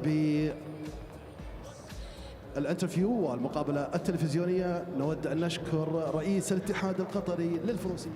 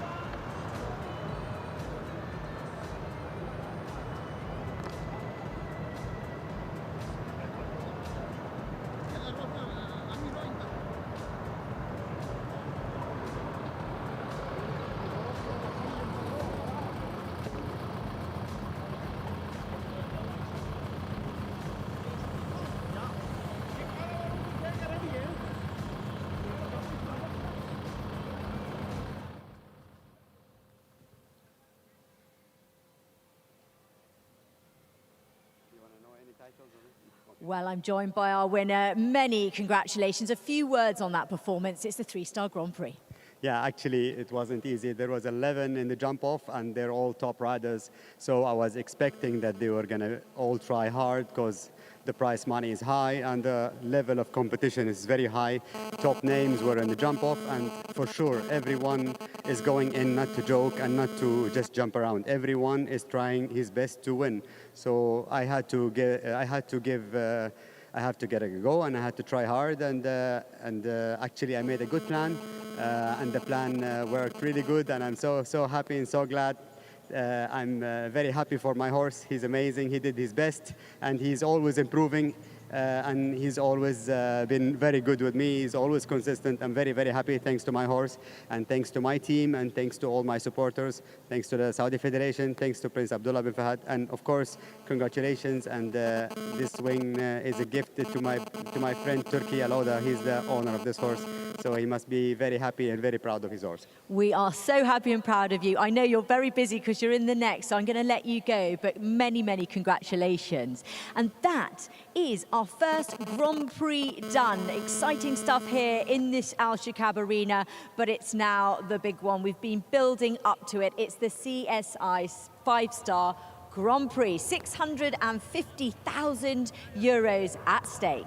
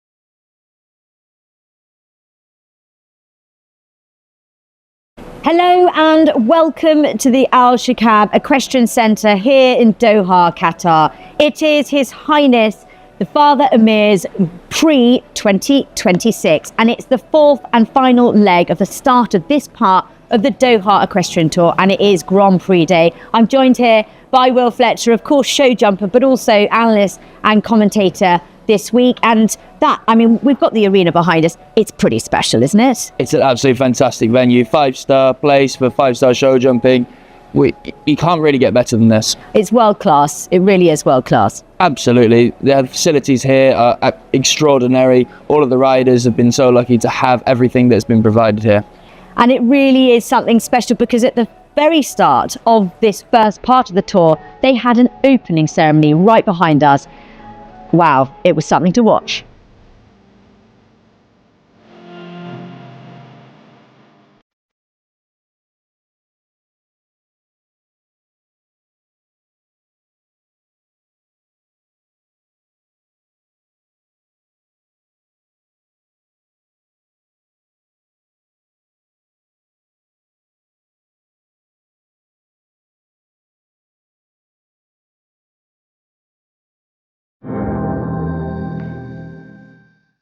Wow, I was just looking at those pictures there. It really does set a standard when you have an opening ceremony like that, doesn't it? Absolutely, and this is the standard. This is the absolute world's best here. They've left no stone unturned for the horses, the riders, for everybody coming here, spectating. It's an absolutely world-class facility.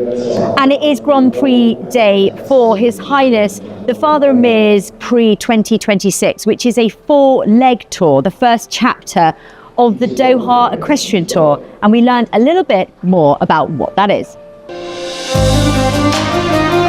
My name is Salmin Sultan Al Suwaidi. I'm the sports manager in Doha Equestrian Tour. I've been a rider for 22 years, since I was 8 years old. And to be on the ground and managing such an event, 1 4-star and 9 consecutive 5-star events, is something pretty amazing. For the total of the 10 legs we have this year, we have prize money which exceeded 10.5 million euros. Alshaqab and the Qatar Equestrian Federation have been supported by the Qatar Olympic Committee for many years, and so we did a joint committee that supported this great event.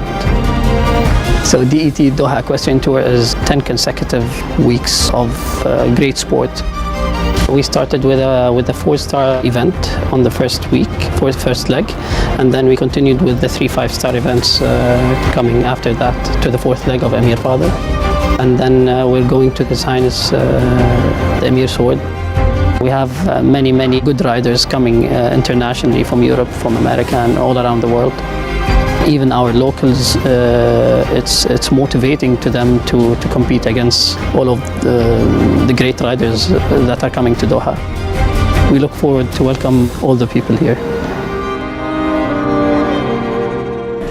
Well, the tour is so fascinating because even this first part is well over 3 million euros, and then the whole tour is over 10 million euros for the prize pot. So, I mean, it's important to come here, right? Absolutely. With that money here, it's bringing the absolute best to Qatar to jump in these classes for all this money. It's absolutely fantastic. And jumping, that's what they've been doing. And this week particularly, we've seen some incredible rounds. We've seen some great sport here. We've seen some brilliant winners. Kristen van der Veen did a superb jump off to win the big class yesterday. And we've also seen some great winning rounds from Max Kuna, beating out Scott Brash in the first big class on the Thursday. And then finished off last night with Millie Allen, winning the 6-bar there on her Grand Prix horse, jumping a superb round to take home the win. That was a favourite for me. I thought Millie looked absolutely incredible, and it was great to see her Grand Prix horse before today because it is Grand Prix Day.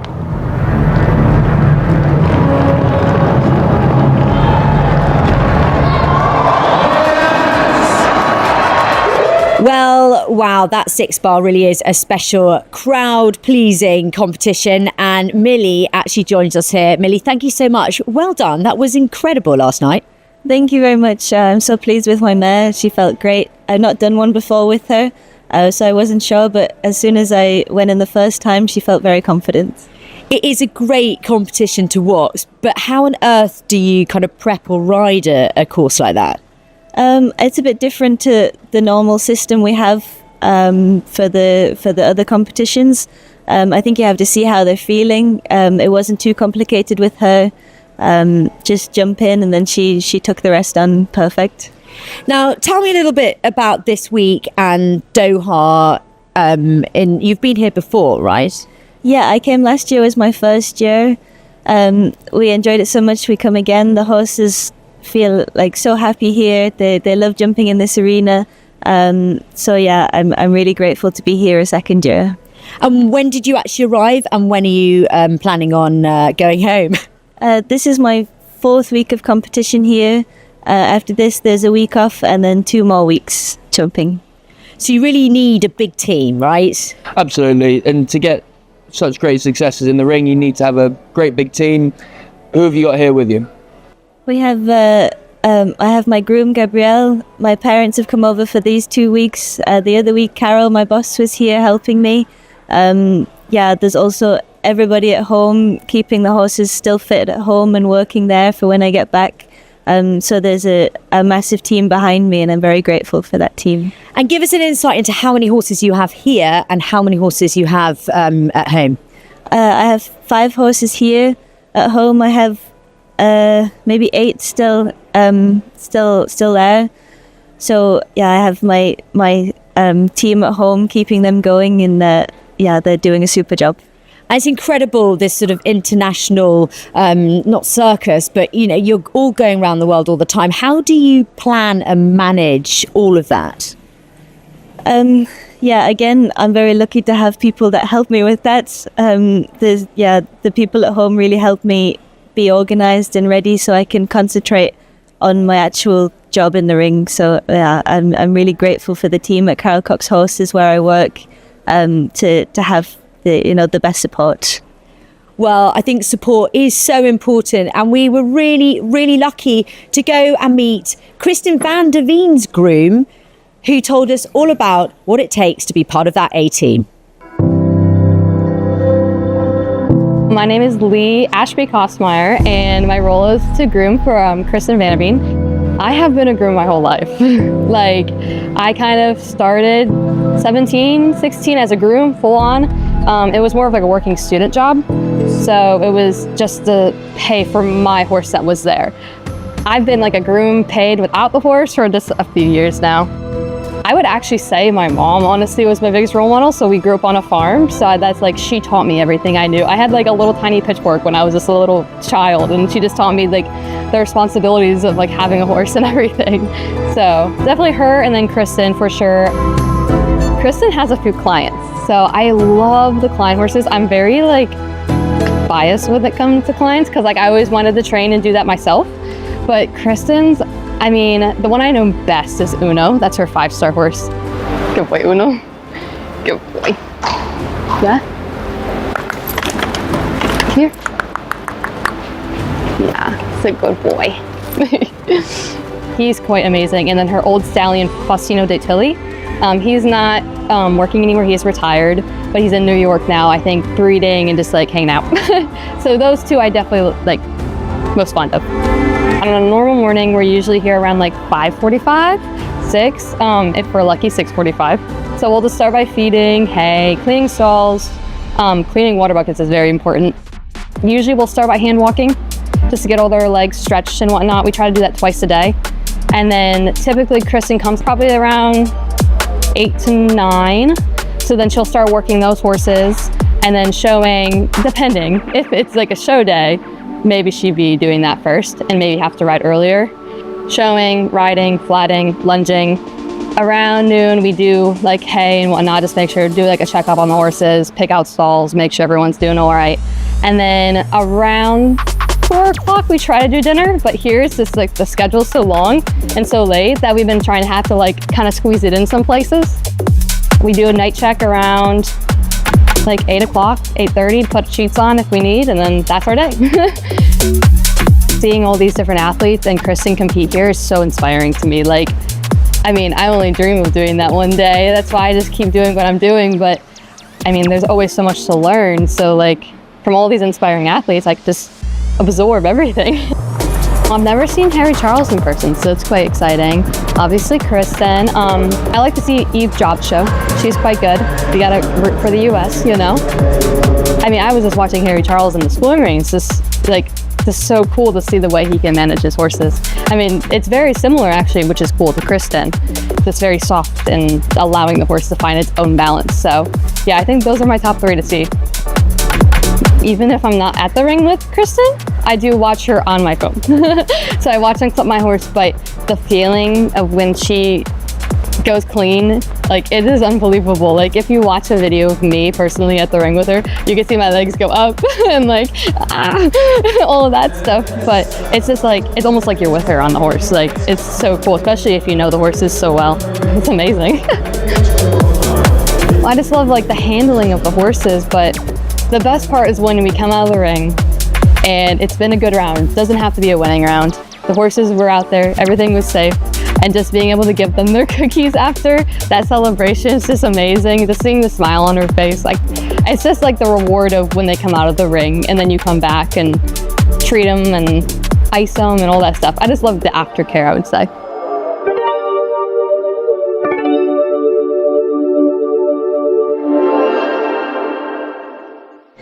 Well, it's incredible to see the team support that the riders get, because there are these huge teams here and the horses, they are athletes themselves, aren't they? Absolutely. The athletes, they are phenomenal. You know, they are doing all the work. You see them over the fences, how much they are working. They're incredible, really. And they have all that support with a state-of-the-art vets facility here, nothing sort of left unturned. They have the best of the best. And with the team that goes into the tour, there are some really important people, one of who joins me now, Peter Schumacher, course designer extraordinaire. How's the tour going for you so far? So far it went really well. The last 2 days there were jump-off classes. To be honest, we were a little bit lucky because when we did the course, everyone said tough course, and in the end there was more clears as expected, but it runs out. Last week in the Grand Prix we had 9 clears, yesterday we had 12. That was fine. It was really nice and all get placed, so I'm lucky, I'm delighted.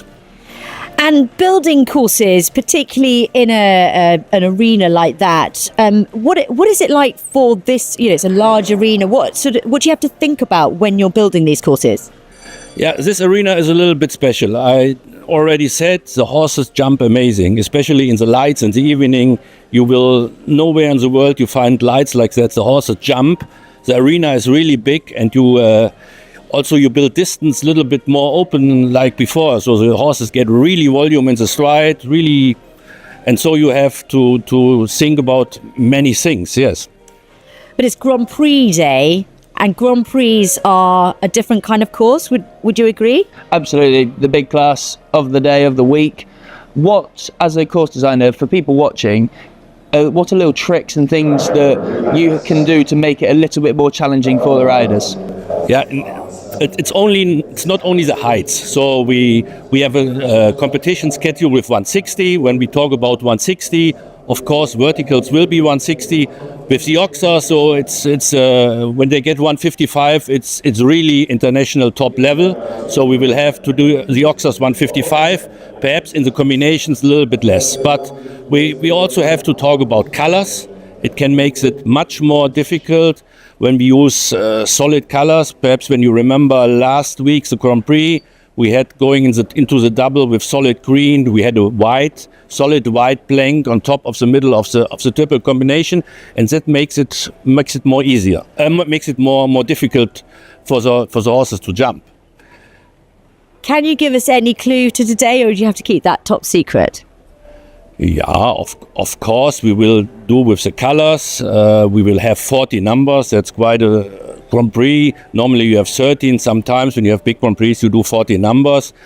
And we will have a very interesting line with a distance set up with forward strides. Normally I will take 4 strides and then go a little bit bent to a combination, and then a short distance to a plank. So that will be for me the most challenging line in the course.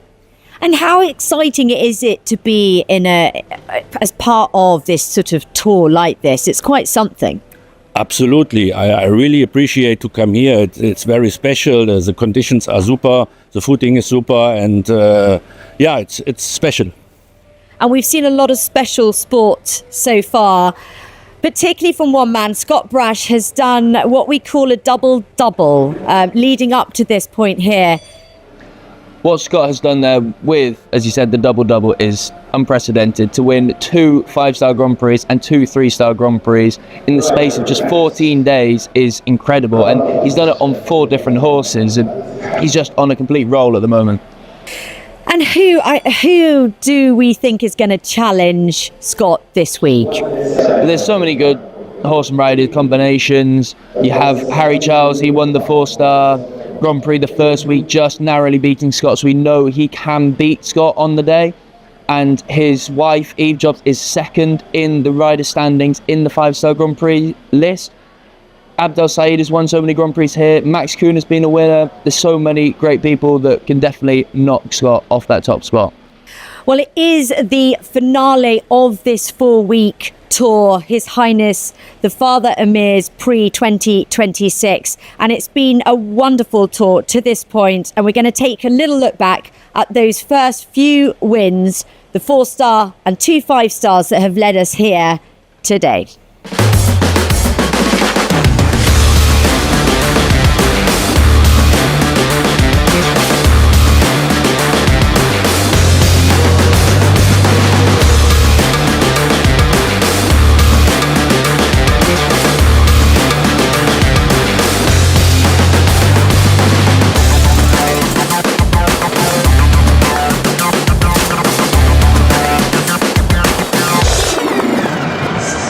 So we've just seen there those winning rounds because they score points for this overall ranking series, the Doha Equestrian Tour.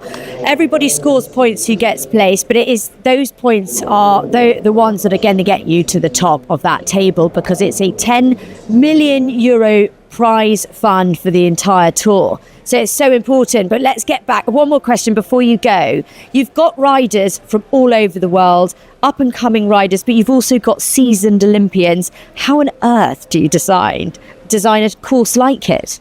Yeah, that's absolutely right. Because when people ask me what's my job, I say always I have to present nice sport, but challenging sport. And it's easy to go over the limits, but the challenge is to go close to the limits. And how I do it. And first of all, I have to say you have to find a good rhythm. That you have a good start, that the riders come in a good rhythm. And it's always, when you take the big oxers out of the forward distance, it's easier for all the riders. When you go really short to oxer or to combination, it's much more challenging. And so you have to find a mixture in the course to level it a little bit out. So that's a task of what I have to do, yes.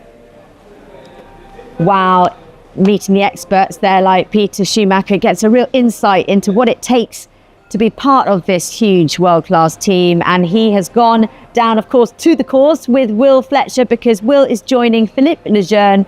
It's Grand Prix time.